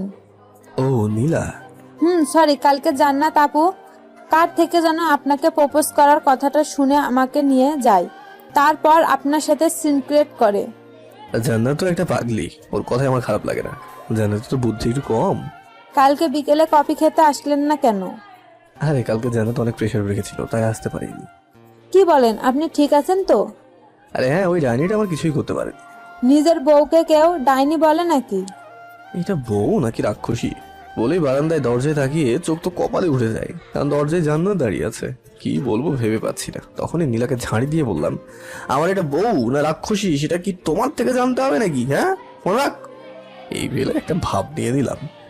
তারপর ফোনটা কেটে দিয়ে জান্নাতের দিকে পিঠে তাকিয়ে ভালো সাজার জন্য বলে উঠলাম, হ্যাঁ, একটা মেয়ে আপনাকে রাক্ষসী বলছিল, তাই ইচ্ছে মতো ঝেড়ে দিয়েছি তাকে। ও তাই নাকি? তা কি বললো আমার নামে? জান্নাতের তো রাগে মুখ লাল হয়ে আছে। আমি বললাম, ওই তো ওই মেয়েরা রাগ করলে যে গালি দেয় আর কি। ও নিশ্চয়ই বলেছে ওই ডাইনিটা আমার কিছুই করতে পারিনি, এরকম কিছু নিশ্চয়ই। বুঝে গেলাম জান্নাত সব শুনে ফেলেছে।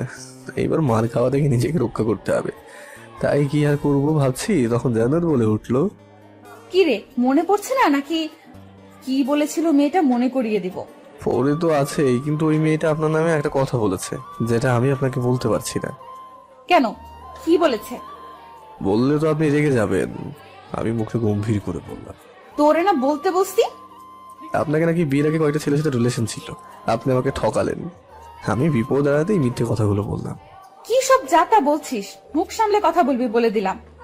মেয়েটা বলেছে আপনার ল্যাপটপে যে ইমেল আইডিটা আছে সেখানে চেক করলে নাকি সব পেয়ে যাব। ওই মেয়েটার সাহস কি করে হয় আমার নামে মিথ্যা বলার? ধীরে ধীরে জান্নাত আরো রেগে আগুন হয়ে যাচ্ছে। মেয়েটা মিথ্যা বলেছে না সত্যি সেটা তো আপনার ল্যাপটপের ইমেল দেখলেই বোঝা যাবে। মানে তুইও আমাকে বিশ্বাস করছিস না? কিভাবে করব? আপনি কি মনমোহন সাধু নাকি যে বিশ্বাস করব? আর যদি ল্যাপটপে এমন কিছু থাকে তাহলে আপনি সেটা একবার দেখালেই পারেন, না থাকলে তো আপনার কোনো ব্যাপারই নেই। হ্যাঁ, ওকে আয় তুই আমার সাথে আমার রুমে, আমি দেখাচ্ছি তোকে। ওকে চলেন বলে ওনার পেছন পেছন যেতে লাগলাম। তখনই উনি রুম থেকে বের হলেন। তখনই আমি ঠুস করে দরজাটা লাগিয়ে দিলাম। লাগিয়ে দিয়ে নাগিন ডান্স দিতে লাগলাম। ও পাশ থেকে জান্নাত দরজায় ধাক্কা দিচ্ছে, কিন্তু কে আর পায় কাকে। আমি তো জান্নাতকে বোকা বানিয়ে সেই খুশি। ওই পাশ থেকে জান্নাত বলছে, ওই হুসাইনের বাচ্চা, দরজা খুল, না হলে পরে তোর অবস্থা খারাপ করে দেব বলে দিলাম। তোকে আমি কাঁচা চিবিয়ে খাবো, ভালোই ভালোই খুল বলছি। আমি কোনো কিছু না বলে খাটে গিয়ে শুয়ে শুয়ে মোবাইলে গান শুনতে লাগলাম। কিছুক্ষণ পর সবকিছু ঠান্ডা হয়ে গেল। আজকে বের হওয়া যাবে না, না হলে মার্ডার হয়ে যেতে পারি। তাই রুমে বসে থেকেই ভালো আছি। দুপুরে না খেয়ে রুমে বসে আছি। বসে থাকতে থাকতে আর ভালো লাগছে না, বাইরে যাওয়া যাবে না। অবশেষে দুপুরে একটু পরে থেকে ঘুমিয়ে গেলাম। ঘুম ভাঙলো কারো গালে শীতল স্পর্শে। চোখ খুলে তাকিয়ে দেখি জান্নাত সামনে বসে আছে। হালকা একটু হেসে আবারও ঘুমোতে যাব, তখনই সবকিছু মনে পড়ে গেল। লাফিয়ে উঠতে গিয়ে পারলাম না। তাকিয়ে দেখি আমার হাত পাগুলো জান্নাতের একটা ওড়না দিয়ে বেঁধে রেখেছে। পাশে তাকিয়ে দেখি জান্নাত কতগুলো লিপস্টিক নিয়ে বসে আছে। মানেটা ঠিক বুঝতে পারলাম না। ও আমাকে না মেরে এইভাবে লিপস্টিক নিয়ে বসে আছে কেন? আরে বাবু, তোমার ঘুম ভেঙেছে? হ্যাঁ, বাবু কিটা আমাকে এভাবে বেঁধে রেখেছেন কেন? ও লে লে লে লে উলে, আমার বাবুটা রাগও করে দেখি। কেন, মনে নেই কি করেছিস? সরি, আসলে আমি তখন সেলফ ডিফেন্সের জন্য এই কথাগুলো বলেছিলাম। তা এখন তো কোনো ডিফেন্সই করার অবস্থা তোর নাই। বললাম তো সরি, আগে সবকিছু ভুলে যান না প্লিজ। রাত গয়া বাদ গয়া। রাক্ষসী আর ডাইনিরা তাদের অপমান সবকিছু এত তাড়াতাড়ি ভুলে যায় না। তারপর জান্নাত তার ফোনটা বের করে আমার কয়েকটা ফটো তুললো। তারপর নিজের ঠোঁটে আমার লিপস্টিক লাগালো, লাগিয়ে আমার গালে চুমু দিচ্ছে, এমন ভাবে ছবি তুলছে। ওই আপনি কি করছেন? যা করছি চুপচাপ মেনে নে, তাহলে 5 মিনিট পরে মুক্ত করে দিব। রাজি থাকলে বল। ওকে। তারপর আমি চুপচাপ শুয়ে রইলাম আর জান্নাত কয়েকটা সেলফি তুলে সব বাঁধন খুলে দিল। শোন, গিয়ে একবার আয়নায় মুখটা দেখে নে, না হলে পরে সমস্যা হবে। উঠে চলে গেলাম ফ্রেশ হতে। ওয়াশরুমে গিয়ে আয়নায় নিজের মুখটা দেখে নিজেই ভয় পেয়ে গেলাম, কারণ মুখের কমপক্ষে 20 জায়গায় জান্নাত চুমু দিয়েছে, আর তার লিপস্টিকের দাগগুলো স্পষ্ট দেখা যাচ্ছে। এই জন্যই এতগুলো লিপস্টিক এনে রেখেছিল ডাইনিতে। তখনই ফটো তোলার কথাটা মনে পড়ে গেল। তাড়াতাড়ি ফ্রেশ হয়ে বাইরে এসে দেখি আপু আমার বিছানায় শুয়ে আছে। আমি বেরোতেই বলে উঠলো, কিরে কেমন লাগলো শখটা? আগে বলেন আপনি এতগুলো ছবি তুললেন কেন? আমি আমার বাবুটার ছবিও তুলতে পারবো না? এসব বাদ দিয়ে আসল কথা বলেন, ছবিগুলো কেন তুলেছেন? যেন কোনো মেয়ে তোকে প্রপোজ করতে না পারে, আর করলেও এগুলো দেখলে মেয়ে যা বোঝার বুঝে যাবে। জান্নাতের কথা শুনে মাথায় হাত দিয়ে ফেললাম। কি ডেঞ্জারাস মেয়ে রে বাবা, মনের ভিতর তো আগুনে ভরা। কি বলবো কিছুই বুঝতে পারছি না। শোনো বাবু, এরপর থেকে কারো প্রপোজ একসেপ্ট করার আগে আজকের দিনটার কথা মনে রেখো। ওকে বাবু? আমি কিছু না বলে চুপচাপ বসে রইলাম। আর নীলাকেও তোর সাথে তোলা সেলফিগুলো পাঠিয়ে দিয়েছি, তোকে কাছে পেলে জানে মেরে দিবে বলেছে। আপনি কেন আমার পিছনে লেগে থাকেন? তুই যে আমাকে জ্বালিয়েছিস, তাই আমি একটা বছর তোকে জ্বালাবো। আর কিছুই বললাম না। পরের দিন সকালে জান্নাত নিজের মতো করে ভার্সিটিতে চলে গেল, আর আমি নিজের মতো করে ভার্সিটিতে চলে গেলাম। সারাদিন ভালোই দিন কাটলো। লাস্ট ক্লাস করছিলাম, তখনই সাইলেন্টে থাকা ফোনটা বেজে উঠলো। তাকিয়ে দেখি জান্নাত ফোন দিয়েছে। এক রুম থেকে অন্য রুমে ফোন দিচ্ছে কেন? হ্যাঁ, বিরক্তি নিয়ে বাইরে এসে ফোনটা রিসিভ করলাম। আর কি হলো, এখন ফোন দিয়েছেন কেন? তোরে ফোন দেওয়া ছাড়া তো আমার আর কাজ নেই, তাই ফোন দিয়েছি। তুই এখনই বাসায় আয়। একটু পরে ক্লাস শেষ হবে, তখন চলে আসবো। তোর ভাইয়া এসে দেখা, তুই আর আমি দুজন আলাদা রুমে থাকি, তারপর এসে তুই ওনাকে বুঝতিস। মানে তোর ভাই আজকে আসছে ঢাকায়, আর উনি এসে আমাদের এখানে থাকবে, তো তাড়াতাড়ি বাসায় আয়। বলেই জান্নাত ফোনটা কেটে দিল।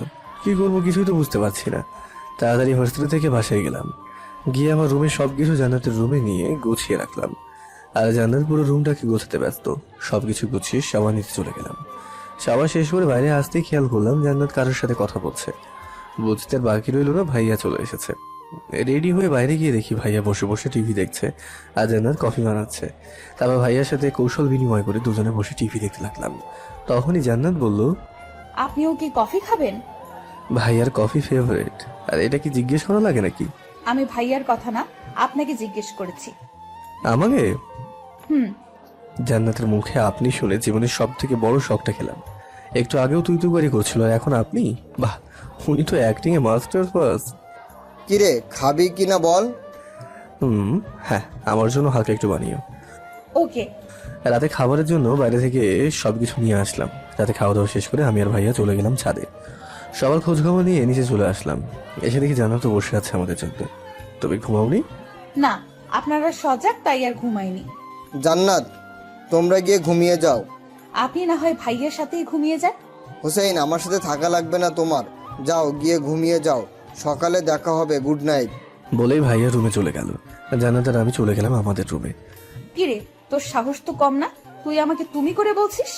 আপনি কি চান আমি ভাইয়ার সামনে আপনি করে বলি? তারপর ভাইয়া জিজ্ঞেস করলে আমি সব সত্যি বলে দিই? তারপর ভাইয়া আমার কথা চিন্তা করে আপনার থেকে ডিভোর্স দিয়ে দেবে?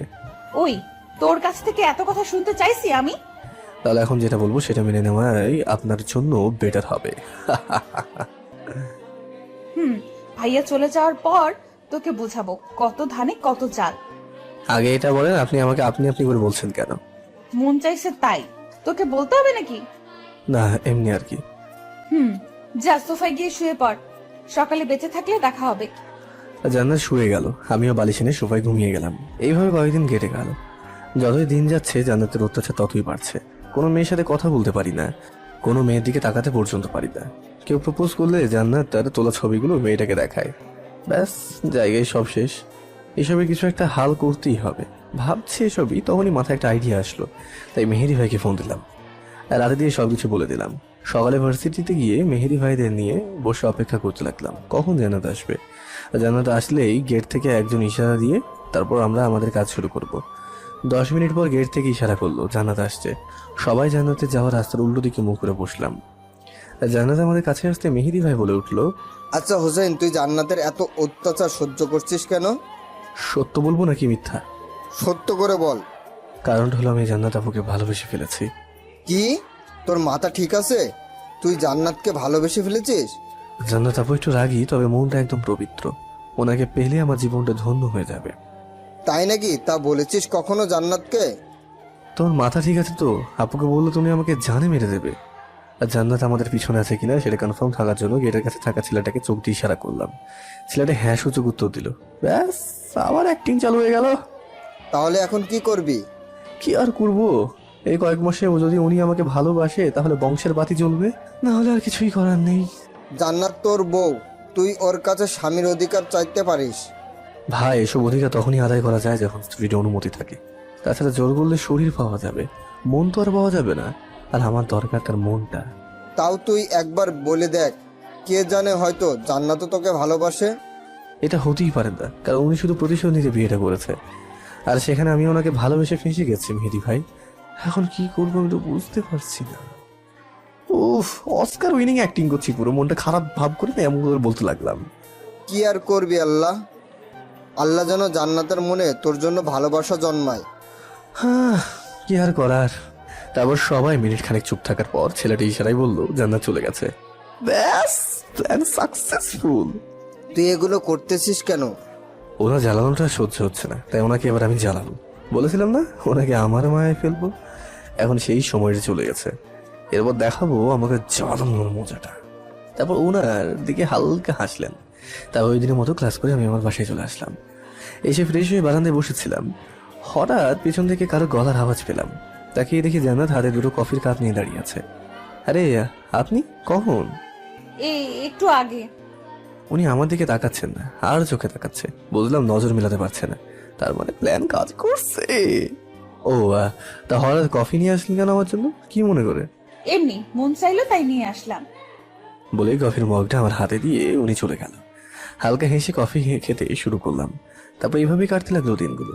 কিছুদিন যাওয়ার পর থেকে জান্নাত আমার ভার্সিটিতে যাওয়া বন্ধ করে দেয়। পরীক্ষা সামনে তো তাই আমিও এটা সুযোগ দিই। আপুকে রুটিন অনুযায়ী ডেকে দেওয়া, ওনার জন্য কফি বানিয়ে দেওয়া, ওনার খাওয়া দাওয়া নিয়ে একটু মাথা ঘামানো, এইসবে পুরো মনোযোগ দিয়ে করতে লাগলাম। আর তাই কিছুদিন ধরে উনি আমার সাথে কোনো খারাপ আচরণ করেন না, কেমন যেন বদলাতে লাগলেন। আমার চোখ দিয়ে যেন চোখ মেলান না উনি। কেন জানি মনে হয় উনি আমার জালে ফাঁসতে শুরু করেছে।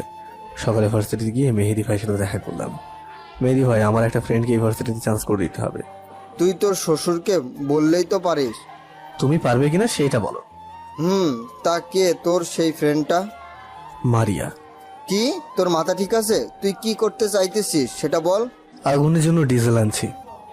মানে তুই জান্নাতকে দেখিয়ে মারিয়ার সাথে প্রেম করবি? হেবে বুঝেছো কেন শ্বশুরকে বলিনি? কিন্তু হোসেন, আমার কেন জানি মনে হচ্ছে তুই বড় একটা ভুল করতে চাচ্ছিস। এখানে ভুলের কোনো কিছুই নেই। আর এমনিতেও আর 8 মাস পরে তো আমাকে জান্নাত ছেড়েই দেবে। তখন আমি কি করব? আমার লাইফে গোছাতেও তো কাউকে লাগবে, তাই মারিয়া কেমন দরকার। ওকে, তুই চিন্তা করিস না, আমি দেখছি। অ্যাডমিশন কবে থেকে? 2 দিন পর থেকে। তুমি সব ব্যবস্থা করো। এখন নিজে চলবে আর বুঝবে উনি অন্যকে জ্বালালে কেমন লাগে। সবকিছুর হিসাব দেবো আমি গুনে গুনে। ওকে, তুই মাথা ঠান্ডা কর, আর যা করবি ভেবেচিন্তে করিস। আগে এটা বলো, তুমি কি এবারও ভার্সিটিতে থাকবে নাকি? আমি তো এখান থেকে রাজনীতি করি, তাই আরো কয়েক বছর আসি এখানে। তাহলে তো ভালোই। এরপর আরো কিছুক্ষণ কথা বলে বাসায় চলে আসলাম। রাতে পড়াশোনা শেষ করে খাওয়া দাওয়া করে ছাদে গেলাম। হালকা কিছুক্ষণ ঘোরাফেরা করে রুমে এসে ঘুমিয়ে গেলাম। পরের দিন ভার্সিটি থেকে মারিয়ার কাছে অফার পাঠালাম। মারিয়া নিজেও জানে না আমি এটা করছি, যার কারণে মারিয়া ভার্সিটিতে চান্স পেয়ে রাজি হয়ে যায়। 2 দিন পর সকালে নাস্তার সময় মেহেদি ভাইয়ের কল আসলো, তাই রিসিভ করলাম। কিরে, তুই কই? নাস্তা করছি ভাই। মারিয়া ভার্সিটিতে ভর্তি হতে এসেছে, তুই এখনই আয়। কি? ওকে আমি এখনই আসছি বলে ফোনটা রেখে দিয়ে উঠে চলে যেতে লাগলাম। তখনই জান্নাত ডাক দিল। কোথায় যাচ্ছিস? ভার্সিটিতে যাবো, একটু কাজ আছে। নাস্তা শেষ করে তারপর যাবি। বসে নাস্তাটা শেষ কর। জান্নাত চোখ রাঙিয়ে বললো কথাটা। আমিও ওকে বললাম। বলে আবার ব্রেকফাস্ট করতে বসে গেলাম। ব্রেকফাস্ট শেষ করে তাড়াতাড়ি চলে গেলাম ভার্সিটিতে। গিয়ে দেখি মেহেদি ভাইয়ের সাথে দেখা করলাম। ভাই, মারিয়া কই? এখানে আছে ও। একলা একলা অনেক নার্ভাস ফিল করছিল, তাই আমার বান্ধবীকে বললাম মারিয়াকে কোম্পানি দিতে, আর ওরা ওখানে মারিয়াকে নিয়ে গল্প করতেছে। তুই যা। বলেই মেহেদি ভাইকে জড়িয়ে ধরলাম। তারপর বাগানে চলে গেলাম। আমাকে দেখে বাকিগুলো উঠে চলে গেল। মারিয়া পিছনে তাকিয়ে দেখে আমাকে দেখে অবাক হয়ে গেল। সাথে সাথে গিয়ে মারিয়াকে জড়িয়ে ধরলাম। খেয়াল করলাম মারিয়া আমাকে জড়িয়ে ধরছে না। বুঝে গেলাম মারিয়ার মাথায় কোনো একটা কাহিনী আছে, তাই সাথে সাথে ছেড়ে দিলাম। ছেলেটাকে যার কারণে আমাকে ভুলে গেলে? মারিয়া মাথা নিচু করে আছে। আচ্ছা বসো, এখানে এত অবাক হওয়ার কিছুই নেই। তো এবার বলো ছেলেটাকে। তুমি চলে যাওয়ায় সিয়াম আমাকে মেন্টালি অনেক সাপোর্ট করে, তারপর বাসা থেকে ওর সাথে বিয়ে ঠিক করে। 5 মাসের জন্য সিয়াম দেশের বাইরে গেছে, আসলেই আমাদের বিয়ে হয়ে যাবে। গুড। তা কেমন আছো তুমি মারিয়া? ভালো। মারিয়া চোখের কোণে হালকা পানি লক্ষ্য করলাম। মারিয়া তুমি কি আমাকে ভয় পাচ্ছ? মাথা নেড়ে না না সূচক ইঙ্গিত দিল সে। শোনো, আমাকে নিয়ে টেনশন করো না, আমি তোমার কোনো ক্ষতি করবো না। তুমি ভালোভাবে পড়ালেখা করো, বন্ধু হওয়া যাবে আমার। কাঁদো কাঁদো অবস্থায় মাথা নেড়ে হ্যাঁ বললো সে। ওকে, তা বিয়ের সময় আমি কি যেতে পারবো? মানে বিয়ে তো ঠিক হয়ে আছে, বিয়ের সময় দাওয়াত পাবো তো নাকি? না খাওয়া বলে দাওয়াত দেবে না? মারিয়া এবার হেসেই উঠলো। দোয়া করি এই হাসিটা যেন সারা জীবন এইভাবেই থাকে। আচ্ছা আমার কথা বাদ দাও, তোমার সংসার লাইফ কেমন চলছে? কার সংসার লাইফ? কেন, তোমার আর জান্নাত আপুর? আমি হালকা হাসলাম। ওর কথায় মারিয়া সব বুঝে গেল। কি হয়েছে একটু ক্লিয়ার করে বলবে প্লিজ? হয়নি এখনো, তবে হবে আর 8 মাস পর। কি হবে? ডিভোর্স। কি? যা শুনছো সেটাই। ডিভোর্স? কিসের জন্য দিবে? আর তাহলে তোমাকে বিয়ে করেছিল কেন? তোমার কি মনে হয় জান্নাত আমাকে সংসার করার জন্য বিয়ে করেছে? না, আর জান্নাত আমার উপরে প্রতিশোধ নিতে বিয়েটা করেছিল। তারপর আমাদের মাঝে 1 বছরের একটা কন্ট্রাক্ট হয়, আর সেটার সময় আছে মাত্র 8 মাস। তোমার কথা আমি কিছুই বুঝছি না। তাহলে শোনো, এই 6 মাসে এইগুলো হয়েছে আমার সাথে। জানি না বাকি 8 মাসে কিভাবে যাই। খেয়াল করে দেখি মারিয়া চোখের কোণে পানিটি টলমল করছে, আর মায়া ভরা চোখে আমার দিকে তাকিয়ে রয়েছে। সরি মারিয়া, আমার গল্প বলে হয়তো তোমাকে দুঃখ দিয়ে ফেলেছি। সরি। সরি হুসাইন, আমি তোমাকে ভুল বুঝেছিলাম। আরে ধুর, কি যে বলো তুমি না। যাকে পছন্দ করেছো সে নিশ্চয়ই ভালো হবে, চিন্তা করো না। আমাকে নিয়ে কোনো চিন্তাই করো না, আমার নিশ্চয়ই কোনো একটা গতি হয়ে যাবে। আর এমনিতেও আমার কোনো সিওরিটি নেই, যে কোনো সময় রং বদলে ফেলতে পারি, যেমনটা তোমার সাথে করেছি। মারিয়া এবার আর চোখের পানি আটকাতে পারলো না, সে হু হু করে কেঁদেই দিল।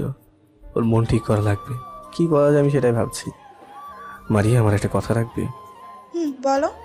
মারিয়া তুমি তো আর আমার হবে না, প্লিজ আমার একটা হেল্প করে দিলে আমি জান্নাতের উপর আমার সব প্রতিশোধ নিতে পারবো। জান্নাত আপুর উপরে কিসের প্রতিশোধ নেবে তুমি? আর কিরকম হেল্প? জান্নাত যে আমাকে এতগুলো জ্বালিয়েছে না, সেগুলোর প্রতিশোধ নেবো জান্নাতের থেকে। আর হেল্পটার কথা কিভাবে বলবো বুঝতে পারছি না। দুজনে কিছুক্ষণ চুপচাপ দাঁড়িয়ে রইলাম, আর মারিয়া আমার দিকে তাকিয়ে রইল। আমাকে প্রেম করার নাটক করতে হবে তাই তো? মারিয়ার কথা শুনে আমি অবাক হয়ে উঠলাম। ও আমার মনের কথা কিভাবে বুঝতে পেরে গেল? ও কিভাবে জানলো যে আমি এটাই বলতাম ওকে? শোনো, জানলাম কিভাবে এটা ভেবো না। আর তুমি এখনো আমার কাছে আগের মতোই আছো। তোমার চোখ দেখে আমি সব বুঝতে পারি তুমি কি বলতে চাও। তুমি এখনো আমার কাছে সেই আগের হোসাইন আছো। ওর কথাগুলো শুনে হালকা হলাম, কারণ মারিয়া নাকি আমার চোখে পড়তে পারে, এটা আগে থেকেই জানি। এবারও হয়তো চোখ পড়েছে, তাই কিছুটা হালকা হলাম। শোনো, তোমার যে কোনো হেল্প লাগলে বলবে, আমি আছি তোমার পাশে। মাথা নেড়েই শুধু হ্যাঁ বললাম। তুমি কি জান্নাত আপুকে ভালোবাসো? জানি না। কি হলো, হাসলে কেন? না এমনি। আচ্ছা এটা বলো যে এখানে র্যাগিং এর কি অবস্থা, মানে কি কি বলতে হবে? তুমি তো এখানে পুরনো, তাই জানলে বলে দাও প্লিজ।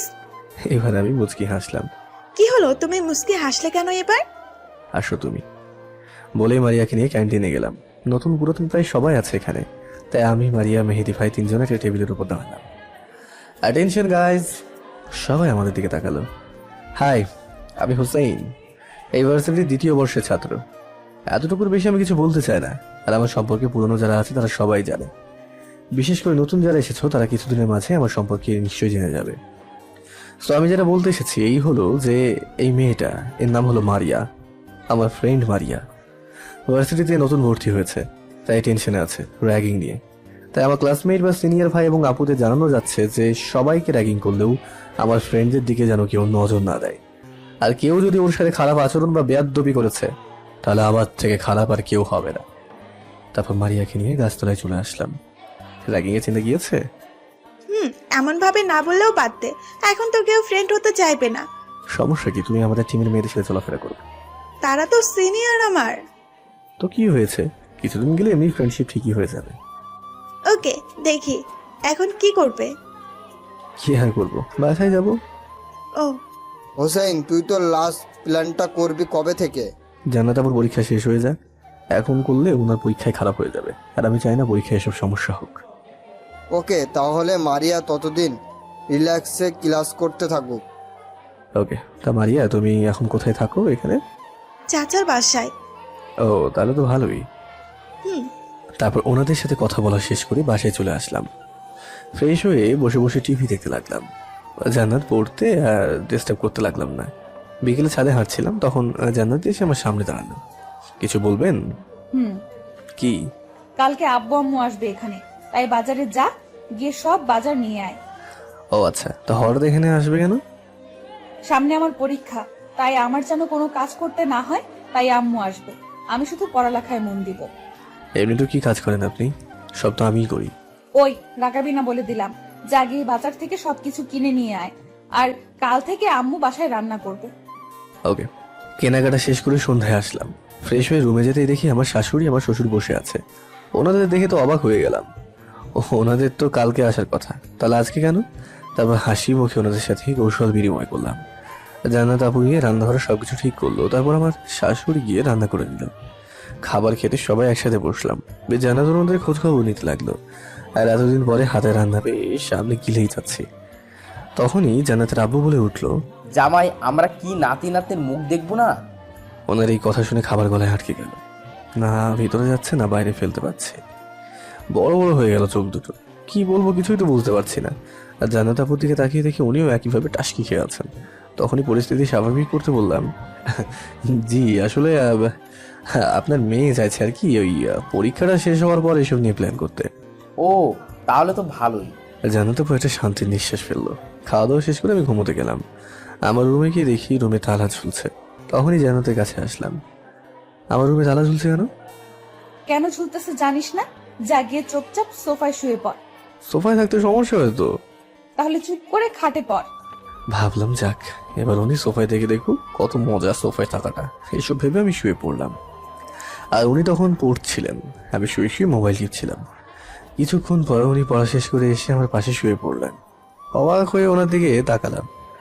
আবার মনে হয় মনে মনে খুশিও হলাম যে ওনার পাশে শুতে পেরে। হঠাৎ করে মনে পড়লো ওই দিন রাতের কথা। তাড়াতাড়ি শোয়া থেকে উঠে বসলাম। কি রে, উঠে গেলি কেন? আমি সোফায় ঘুমাবো। কেন এখনই না বললি সোফায় ঘুমাতে তো সমস্যা হয়? আপনার সাথে আমি ঘুমাবো না। আপনি আমাকে কোল বালিশের মতো ব্যবহার করেন। আপনার সাথে ঘুমানো হচ্ছে সোফায় ঘুমানো অনেক বেটার। ওকে যা গিয়ে সোফায় ঘুমা। তারপর বালিশ আর কাঁথা নিয়ে চলে গেলাম সোফায়। তারপর শুয়েই ঘুমিয়ে গেলাম। এইভাবে চলে গেল 2 মাস। আর জান্নাত তারপর পরীক্ষাও শেষ হয়ে গেল। আঙ্কেল আন্টি আজকে বিকেলে চলে যাবে। 2 মাসে কত যে অ্যাক্টিং করেছি সেটা একমাত্র আমিই জানি। ওনাদের সন্দেহ করার সুযোগই দিইনি। আর বাসায় পড়তে যাইনি। সকালে বের হয়ে সন্ধ্যায় বাসায় ফিরলাম। এদিকে এই 2 মাসে মারিয়ার সাথে খুব ভালো ফ্রি হয়ে গেছি। এখন আর পুরোনো কথা নিয়ে মন খারাপ হয় না। তবে মারিয়া থেকে ভালো আমাকে কেউ বুঝতে পারবে না, এটা নিশ্চিত। আজকে আঙ্কেল আন্টি চলে যাবেন, তাই বিকেলে বাসায় চলে আসলাম। ওনারা সবকিছু বুঝিয়ে দিয়ে ওনারা চলে গেলেন। পরের দিন ইউনিভার্সিটিতে চলে গেলাম। এসে দেখি সবাই বসে আছে। সবার সাথে দেখা করে মেহেদি ভাই আরো কয়েকজনকে নিয়ে মারিয়া আসার জন্য অপেক্ষা করতে লাগলাম। মারিয়া আসার পর সবাইকে আমার প্ল্যানটা বললাম। সবারই প্ল্যানটা পছন্দ হয়েছে। প্ল্যানের মূলটা হলো একটা কাপল কন্টেস্ট হবে। যে উইনার হবে তাদেরকে আমাদের টিমের পক্ষ থেকে 1 লক্ষ টাকা পুরস্কার দেওয়া হবে। সবাই বয়ফ্রেন্ড আর গার্লফ্রেন্ড এটাতে জয়েন করতে পারে। কে কাকে কতটা ভালোবাসে এটা পরীক্ষা হবে। একদিনেই খেলাটা শেষ করা হবে। এতটুকু বলি, আর বাকিটা প্ল্যানটা পরে জানতে পারবে। প্ল্যান শেষ, আর ক্লাস করলাম না। বাসায় ফিরে গিয়ে অনেক কাজ আছে। বিকেলে হওয়ার জন্য অপেক্ষা করতে লাগলাম। বিকেলে জান্নাত আপুকে একটা চমক দেখাবো। বিকেলে জান্নাত আপুকে ডাক দিয়ে ছাদে নিয়ে আসলাম। ওনাকে নিয়ে একপাশে দাঁড় করালাম। যা হচ্ছে তা যদি কাজ করে যায় না, তাহলে জান্নাতকে বোঝাবো কত ধানে কত চাল। কি রে, কিছু বলবি নাকি? তাহলে বল। তারপর পিছন থেকে গোলাপ ফুলটা বের করে হাঁটু কেটে বসে ওনার সামনে তুলে ধরলাম। আমি আপনাকে ভালোবেসে ফেলেছি, আপনি প্লিজ না করবেন না। আসলে আপনাকে প্রথম দেখাতেই ভালোবেসে ফেলেছি, প্লিজ আমাকে ফিরিয়ে দেবেন না। জান্নাত শুধু হাঁ হয়ে তাকিয়ে আছে, আমাকে দেখছে, কোনো কিছু বলছে না। কি হলো, কিছু কথা বলেন না কেন? ডাক দেওয়ায় ঘোর কাটলো ওনার। তারপর উনি বললেন, ওই তোর মাথা ঠিক আছে? কি বলছিস তুই? আমার মাথা একদমই ঠিক আছে। তাহলে এসব কি বলছিস? আর 5 মাস আছি, আর আমি তোর সাথে এখন এসব বলে আমাকে রাগাস না। আপনি এইভাবে বললেন না প্লিজ, আমি আপনাকে ছাড়া থাকতে পারবো না। তাহলে গিয়ে মর। আর যদি কখনো এরকম ভালোবাসি কথাটা বলিস, তাহলে মেরে তোর হাত পা ভেঙে দিব বলে দিলাম। বলেই পাশ কাটিয়ে চলে গেল। আর আমি দাঁড়িয়ে মনে মনে হাসতে লাগলাম। যাক, প্ল্যানটা কাজে দিয়েছে। তারপর আবার মন খারাপের ভান করে রুমে চলে আসলাম। রাতে কেউ কারোর সাথে কথা বললাম না, খাওয়া দাওয়া করে যে যার মতো শুয়ে পড়লাম। পরের দিন ভার্সিটিতে যাওয়ার পরই সবাই মিলে অনুষ্ঠান করে একটা তারিখ ঠিক করলাম। ঠিক 15 দিন পর অনুষ্ঠানটা অনুষ্ঠিত হবে। এইভাবে আরও 7 দিন চলে গেল। আর জান্নাতের সাথে এখন আর কথা বলি না। উনি কেমন যেন চুপচাপ হয়ে থাকেন সারাদিন, তাই আমিও কিছু বলি না। ভার্সিটিতে গিয়ে বললাম আজ থেকে আমাদের প্ল্যানটা শুরু করব। বলে বাসায় চলে আসলাম। এসে দেখি জান্নাত আপু ড্রয়িং রুমে বসে টিভি দেখছেন। তাই আমি ফ্রেশ হয়ে এসে ওনার পাশের সোফায় বসিয়ে পড়লাম আর টিভি দেখতে লাগলাম। মোবাইল থেকে মারিয়াকে একটা কল দেওয়ার জন্য মেসেজ দিয়ে মোবাইলটা রেখে আমি ছাদে চলে গেলাম। গিয়ে মনের আনন্দে গান গাইতে লাগলাম। একটু পরে বাসায় গেলেই শুরু হবে যত সব কাহিনী। প্রায় 15 মিনিট পর ছাদ থেকে বাসায় গেলাম। গিয়ে দেখি জান্নাত আপু তো রেগে আগুন হয়ে আছে। আমি গিয়ে কিছু না বোঝার ভান ধরে আবারও টিভি দেখতে লাগলাম। কিছুক্ষণ রাগী চোখে আমার দিকে তাকিয়ে থেকে জান্নাত আপু বলে উঠলো, হুসাইন, মারিয়া কি আমাদের ভার্সিটিতে ভর্তি হয়েছে? অবাক হওয়ার ভান ধরে ওনার দিকে তাকালাম। তারপর মাথা নেড়ে হ্যাঁ বললাম। তোর আর মারিয়ার মাঝে কি চলছে? কি আবার চলবে? মারিয়ার আমার মাঝে আগে যেটা ছিল এখনো সেটাই চলছে। মানে? জান্নাতের রাগটা বাড়তে লাগলো। মানেটা জানেন না আপনি? তুই মারিয়ার নাম্বার কি দিয়ে সেভ করেছিস? যেটা মন চাই সেটা দিয়ে। তা আপনি আমার ফোন ধরলেন কেন? মোবাইল রেখে হারিয়ে গেছিলি, আর এদিকে তোর মোবাইল বাজতেছিল, তাই রিসিভ করতে হয়েছিল। আর আমি যদি কলটা না ধরতাম তাহলে তো জানতামই না যে তুই আমার পিছনে কি করছিস। আপনার পিছনে করতে যাব কেন? আর এমনিতেও আপনার পিছন করতে হবে কেন? আমার কি কোনো মতামত নেই নাকি? আমি এত কিছু বুঝি না। আমার সাথে যতদিন আছিস ততদিন অন্য কারোর সাথে কথাও বলতে পারবি না। আপনার সাথে আছি মানে? এই যে আমরা একসাথে থাকছি। আপনি এটাকে একসাথে থাকা বলেন? আরে এর চেয়ে তো ভালো গরুর সাথে থাকলেও হয়। কমপক্ষে এতটুকু হলেও ভালোবাসতো আমাকে। দেখ, তুই কিন্তু তোর সীমা অতিক্রম করছিস। সীমা আমি না, আপনি অতিক্রম করছেন। কারণ এই কয়েকটা মাসে কম জ্বালাননি আমাকে। অনেক সহ্য করেছি। আর না, এখন আপনি আপনার মতো থাকেন আর আমাকে আমার মতো থাকতে দিন। তুই কি বলতে চাইছিস? মানে আপনিও আপনার একটা কাউকে খুঁজে নেন যে আপনার এসব জ্বালা সহ্য করবে। আমি আমার ভালোবাসার মানুষ খুঁজে নিয়েছি। তোর ভালোবাসার মানুষ মানে? তুই না আমাকে ভালোবাসতি? বাসতাম, কিন্তু আপনি তো মুখের উপরে না করে দিয়েছেন, তাই আপনাকে আর জোর করে দিনি। মারিয়া এখনো আমাকে ভালোবাসে, তাই আর তাকে ফিরিয়ে দিনি। ও, তুই কি চাস আমি আম্মুকে উল্টাপাল্টা বানিয়ে বলি, তারপর উনি এসে তোকে সোজা করুক? আম্মুর ভয়টা দেখানো বন্ধ করুন প্লিজ। কারণ এই কয়েক মাসে আপনি আমার সাথে কি আচরণ করেছেন বা কি রকম আমাদের সম্পর্ক, তার কয়েকটা ভিডিও আছে আমার কাছে। তাই এইসব ফালতু ভয় দেখাবেন না। কারণ আমি যদি ভিডিওগুলো আম্মুকে দেখাই তখন আপনার অবস্থাটা ঠিক কি হবে বুঝতে পারছেন তো।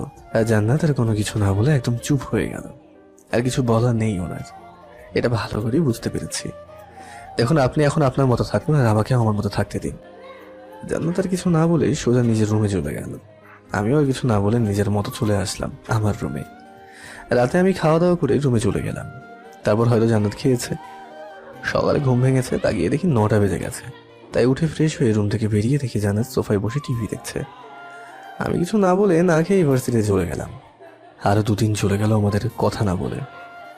জান্নাত কি যেন সারাদিন ভাবে, তাই আমি ওর সাথে কথা বলি না ওনার সাথে। তবে এইভাবে যে বেশি দিন যাবেন এটা ভালোভাবে বুঝতে পেরেছি। বিকেল ইউনিভার্সিটি থেকে এসে হালকা ঘুমো বলে ঠিক করলাম। যা ভাবা তাই কাজ। তবে ঘুমটা বেশিক্ষণের জন্য হয়নি, কারো ডাকে ঘুমটা ভেঙে গেল। তাকে দেখি জান্নাত দাঁড়িয়ে আছে চোখে হালকা পানি নিয়ে। তাই উঠে বসলাম শোয়া থেকে। এখনই ছাদে আয়, তোর সাথে কথা আছে আমার। বলেই সোজা চলে গেল। আমি কিছু বলার অপেক্ষাও করলো না, উঠে ফ্রেশ হয়ে চলে গেলাম। ছাদে গিয়ে দেখি জান্নাত এক কোণে দাঁড়িয়ে আছে, তাই ওর কাছে গেলাম। কি বলবেন বলুন। আমি একটু রাগ দেখিয়েই বললাম, তুই এভাবে কথা বলছিস কেন? সরি, ঘুম থেকে উঠে এসেছি তো তাই এরকম। তো বলেন কি বলবেন। তুই আমাকে কয়েকদিন আগে বলেছিলি না আমাকে ভালোবাসিস? হুম আমি তো তোকে ফিরিয়ে দিয়েছিলাম, তাই না? কিন্তু এখন ওসব বলছেন কেন? আজকে যদি বলি আমি তোকে স্ত্রীর অধিকার দিতে চাই? জান্নাতের কথা শুনে হাঁ হয়ে গেলাম। তবে এটা যে হবার তা আগে থেকে আন্দাজ করতে পেরেছিলাম, কিন্তু কি বলবো বুঝতে পারছি না। কিরে, কিছু বলছিস না কেন? সরি, আসলে আমি এখন আর আপনাকে ভালোবাসি না। আর মারিয়াকে আমি কথা দিয়েছি যে ওকে আমি বিয়ে করব। তাই প্লিজ, মারিয়া থাকতে আমি আর কাউকে নিয়ে ভাবতেও চাই না। কেন, আমি কি মারিয়ার চেয়ে সুন্দর না? আমি তা বলিনি। আসলে মারিয়া আমাকে অনেক অনেক ভালোবাসে। আর এমনিতেও আমি ওর মনটা একবার ভেঙেছি, আর মনটা ভাঙতে চায় না। আমি মারিয়াকে বুঝিয়ে বলবো, তাও তুই আমাকে ফিরিয়ে দিস না প্লিজ। সরি, আমি পারবো না। দেখ, বারে বারে একটা কথা বললে ভালো লাগছে না, তাই যা বলছি তা মেনে নে, না হলে আমি কিছু একটা করব, বলে দিলাম। আপনি যা পারেন করে নেন, বলে ওনাকে পাশ কাটিয়ে চলে আসলাম। নিচে এসে পড়তে বসে গেলাম, তারপর খাওয়া দাওয়া করে শুয়ে পড়লাম। মনে মনে ভাবতে লাগলাম যে এবার থেকে বুঝবে জান্নাত আমাকে জ্বালানোর মাশরুটা কিভাবে নাই। এসব ভাবতে ভাবতে কখন যে ঘুমিয়ে গেলাম তা বলতে পারি না। ঘুম থেকে উঠে ফ্রেশ হয়ে নাস্তা করতে গিয়ে দেখি জান্নাত বসে আছে, চোখগুলো লাল হয়ে আছে আর চোখের নিচে হালকা কালো হয়ে আছে। বুঝতে বাকি রইল না সারা রাত সজাগ হয়ে কান্না করেছে। আর জান্নাত দেখে খেয়াল না করে আমি চলে গেলাম ভার্সিটিতে। তারপর সবাইকে কালকের ঘটনাটা বললাম। তারপর ক্লাস শেষ করে সবার সাথে আড্ডা দিতে দিতে লেট হয়ে গেল, তাই লেট করে বাসায় চলে আসলাম। ফ্রেশ হয়ে এসে দেখি জান্নাতুকে গল্পের বই পড়ছে। আমি এসে ওনার পাশের সোফায় বসে গেলাম। এখনো চোখগুলো ফোলা আছে আর কালো দাগগুলো স্পষ্ট হচ্ছে। জান্নাত হঠাৎ বলে উঠল, কি রে, এত দেরি হলো যে? সারাদিন কোথায় ছিলি? ক্লাস শেষ করে মারিয়াকে নিয়ে একটু ঘুরতে গিয়েছিলাম, তাই আসতে দেরি হয়ে গিয়েছিল। জান্নাতকে রাগাতে কথাটা বললাম। আর জান্নাত শান্ত মুখটা নিমেষেই লাল হয়ে গেল। কি রে, বউ থাকতে তুই বাহিরের মেয়ে নিয়ে ঘুরতে যাস, লজ্জা করে না? সরি, আপনি আমার বউ না, আমাদের কন্ট্রাক্টে বিয়ে হয়েছে, তাই সব ফাউল কথা আমাকে বলবেন না। দেখ, আমাকে রাগাবি না, তাহলে যে আমি কি করব তা নিজেও জানি না। আপনি কি করবেন সেটা আমার দেখার ব্যাপার না, যা করার করেন গিয়ে। আমি তোকে সোজা করে ফেলবো বলে দিলাম। আপনি আমার কিছুই করতে পারবেন না, তাই ভয় দেখানো বন্ধ করুন। এক ছিল আম্মুর কাছে নালিশ দেওয়া, তাও বন্ধ করে দিলাম আমি। ঠিক বলেছিস, তোর ক্ষতি না করব, না করার পর বুঝবি কার ক্ষতি করেছি। মানেটা তোকে বলতে যাব কেন? আপনাকে বলতে হবে না। আর কিছু বলার আগে আমার ফোনটা বেজে উঠলো, তাকে দেখি মারিয়া কল দিয়েছে। মনে মনে একটু খুশি হলাম, যাকে এবার একটু জান্নাতকে জ্বালিয়ে নিই। কলটা ধরলাম আমি। হ্যাঁ বেবি, বলো। হোসেন, জান্নাত কি সামনে বসে আছে নাকি? বেবি, তোমাকে আমি অনেক ভালোবাসি। তাকে দেখি জান্নাতের চোখগুলো রাগে লাল নীল হলুদ হয়ে গেছে। আর আমাকে কাঁচা খেয়ে ফেলবে এমন মনে হচ্ছে। আমি সেদিকে পাতা দিয়ে নিজের মতো করে কথা বলতে লাগলাম। ও, তা কালকে ভার্সিটিতে একটু তাড়াতাড়ি আইসো, কাজ আছে।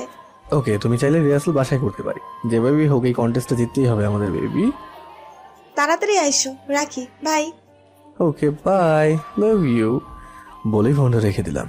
এদিকে জান্নাত রাগের শেষ সীমানায় পৌঁছে গেছে, কখন যে কি করে ফেলে কে জানে। তুই কিসের কন্টেস্টের কথা বলেছিলি রে? ভার্সিটিতে একটা নতুন কন্টেস্ট হয়েছে, ওইটার নাম কি? Best couple of the year. মানে এমন কোনো কন্টেস্ট তো নেই আমাদের ভার্সিটিতে। ছিল না, কিন্তু এবার হয়েছে, আর আমিও এটাতে জয়েন হয়েছি। তোর পার্টনার কে? কে আবার? মাই লাভ, মারিয়া। জান্নাত তো রেগে ফেটে যাচ্ছিল, তাও কিছু না বলে নিজের রুমে চলে গেল। সকালে ফোনের আওয়াজে ঘুমটা ভাঙলো, তাকে দেখি মেহেদি ভাইয়ের ফোন এসেছে, তাই ফোনটা রিসিভ করলাম। হুসাইন, তুই কোথায়? এখনই ভার্সিটিতে আয়। কেন, কি হয়েছে? আয়, তারপর বলছি, তাড়াতাড়ি আয়। বলে মেহেদি ভাই ফোনটা রেখে দিল। উঠে ফ্রেশ হয়ে রেডি হয়ে বাইরে যেতেই দেখি জান্নাত আমাকে দেখে মিটি মিটি হাসছে। ওদিকে নজর না দিয়ে আমি সোজা চলে গেলাম ভার্সিটিতে। মারিয়া মাথাটা নিচু করে বসে আছে, আর মেহেদি ভাইয়ের মুখে চিন্তার ছাপ ফুটে আছে। কি হয়েছে মারিয়া? মারিয়াকে ভার্সিটি থেকে টিসি দিয়ে বের করে দিয়েছে। কেন? জান্নাত হয়তো কোনো কিছু বলেছে ওর বাবার কাছে। আর কোনো কিছু না বলে মারিয়াকে নিয়ে সোজা রুমে চলে গেলাম প্রিন্সিপাল স্যারের কাছে। স্যার, মারিয়াকে বের করে দেওয়ার কারণটা কি? দেখো, তোমার শ্বশুর বলাতে আমাকে করতে হয়েছে, এতে আমি কিছুই জানি না। ওকে, ফোনটা বের করে জান্নাতের আব্বুকে ফোন দিলাম। রিং হওয়ার একটু পথ ধরলো। হ্যাঁ বাবা, বলো। আপনি এখনই আমার বাসায় গিয়ে জান্নাতকে নিয়ে ভার্সিটিতে আসেন, 1 ঘন্টার ভিতরেই, বলেই ফোনটা কেটে দিলাম। তারপর গিয়ে সবার সাথে বসে রইলাম। ক্যান্টিনে ঘন্টাখানেক পরে পিওন এসে ডেকে গেল প্রিন্সিপাল রুমে যাওয়ার জন্য। মারিয়াকে নিয়ে চলে গেলাম প্রিন্সিপালের রুমে। জান্নাত আর ওর আব্বু বসে আছে। আঙ্কেল, মারিয়াকে ভার্সিটি থেকে বের করে দেওয়া হয়েছে কেন, কারণটা জানতে পারি? জান্নাত বলেছে ওর নাকি কি সমস্যা আছে, তাই বের করে দিতে বলল, তাই আমি ওকে এখান থেকে অন্য ভার্সিটিতে ট্রান্সফার করার ব্যবস্থা করছি। জান্নাত, তোমার সাথে আমার কথা আছে, একটু ওই রুমে আসো তো, বলে মারিয়া আর আমি পাশের রুমে চলে গেলাম। কিছুক্ষণ পর জান্নাত আসলো। তুই রাগলে কিন্তু সেই লাগে, তা জানিস? মজা নিচ্ছেন? হুম। আচ্ছা, সোজা কথায় আসি।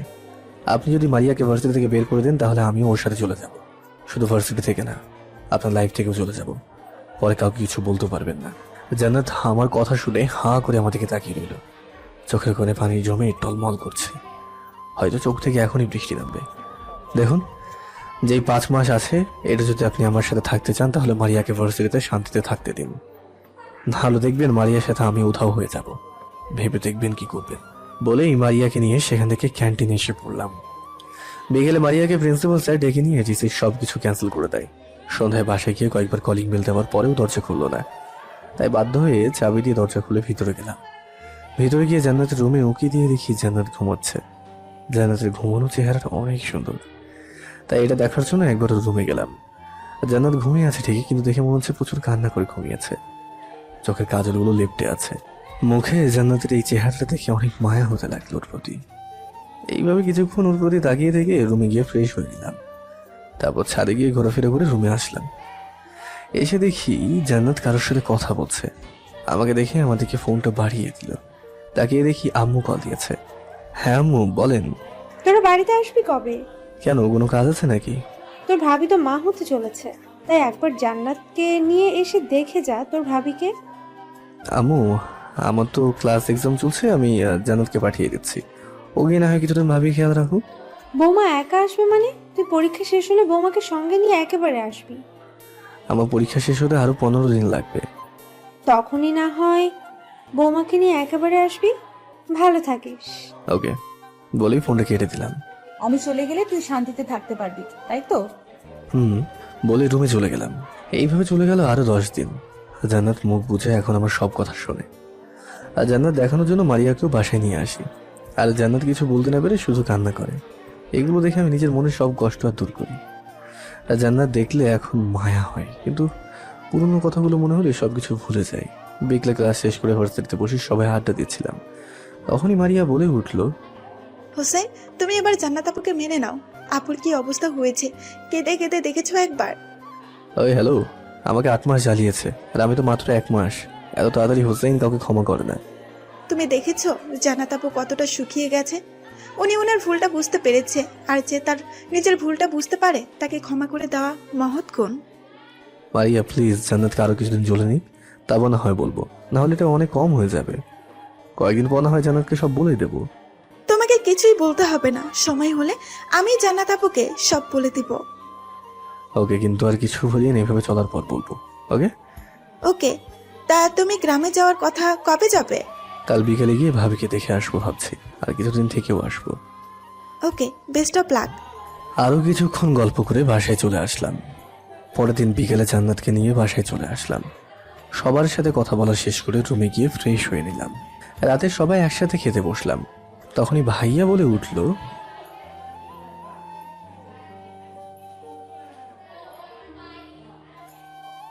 খুব তাড়াতাড়ি পেয়ে যাবেন ভাইয়া।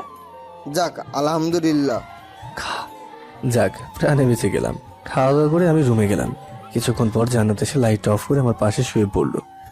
আমি উঠে সোফায় চলে যেতে লাগলাম। তখনই জান্নাত বলে উঠলো, ভাইয়া কি বলেছে শুনিসনি? কখন? ওনাকে যে একটা ভাতিজা এনে দিতে বলেছে, তুই শুনিসনি? শুনেছি তো, কি করবো আমি? তুই চাইলে কিন্তু আমরা ওনার ইচ্ছাটা পূরণ করতে পারি। প্লিজ এসব নাটকের কথা আমার সামনে বলবেন না। আমি আপনাকে আগেই আমার ডিসিশন শুনিয়েছি, তাই এসব ফাউল কথা বলবেন না প্লিজ। জান্নাত আর কিছুই বলবো না। আমি কাঁথার বালিশ নিয়ে চলে গেলাম সোফায়। তারপর ঘুমানোর চেষ্টা করতে লাগলাম। কিছুক্ষণ পর কানে কারো চাপা কান্নার আওয়াজ সে কানে ভেসে উঠলো। আওয়াজটা বুঝতে বাকি রইল না জান্নাত কান্না করছে। খারাপ লাগছিল, তাও আমাকে কষ্ট দেওয়ার সব ফল ভোগ ঘুরিয়ে ছাড়বো। এসব চিন্তা বাদ দিয়ে আরামে ঘুম দিলাম। এইভাবে চলে গেল আরো 7টা দিন। বিকেলে ভাইয়ার আমি বসেছিলাম। তখনই ভাবি এসে বললো জান্নাত থেকে কি কারণে আমাকে ডেকেছে, রুমে যেতে বলেছে।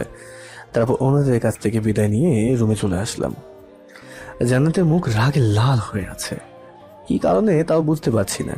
এসব ভাবছিলাম তখনই জান্নাত এসে ঠাস করে 2 গালে 2 থাপ্পড় বসিয়ে দিল। চড় খেয়ে টাসকি হয়ে বসে রইলাম।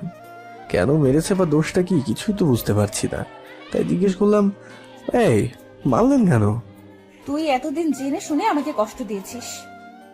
বুঝে গেলাম মারিয়া সব বলে দিয়েছে, তাই চুপ করে রইলাম। তুই আমাকে এতদিন। আর কিছু বলার আগেই জান্নাতকে আম্মু ডাক দিল, তাই সে চলে গেল।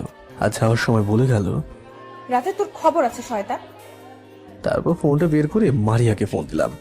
মারিয়া, তুমি কি সব বলে দিয়েছো নাকি? আপুকে অনেক জ্বালিয়েছো, এখন প্লিজ মেনে নাও। তুমি বলে দিয়ে এখন আমাকে বাঁশের চিপায় ফেলে দিয়েছো। এখন বলে গেছে রাতে আমার নাকি ক্লাস নেবে। কিসের ক্লাস নেবে তা তো জানি না, তবে আজকে তোমার বাসর রাত হবে এটা জানি। বাসরাত না শেষ রাত, আল্লাহ ভালো জানে। আরে ভয় পেও না, আমি একটু পিছিয়ে আছি, পরে কথা বলবো, বাই। বলেই ফোনটা কেটে দিল। আমি কি করবো বুঝতে পারছি না। রাতে খাওয়া দাওয়া করে রুমে এসে শুয়ে গেলাম। কিছুক্ষণ পর জান্নাত রুমে আসলো। জনাব উঠে বসেন, আপনার সাথে কথা আছে। ভদ্র ছেলের মতো উঠে বসলাম। চুপ করে নিচের দিকে তাকিয়ে রইলাম। তারপর কিছু না বলে রাগী চোখে কিছুক্ষণ তাকিয়ে থেকে তারপর বলল, কাল ঢাকায় গিয়ে তোর ক্লাস নিব আমি, তখন তোর তেল বের করব আমি। বলে আমার পাশে গিয়ে শুয়ে পড়লো। আমি উঠে সোফায় যাব বলেই বালির সাথে নিতেই জান্নাত বলে উঠলো, যেখানে আছিস সেখানেই শুয়ে থাক, না হলে মেরে হাত পা ভেঙে দিব।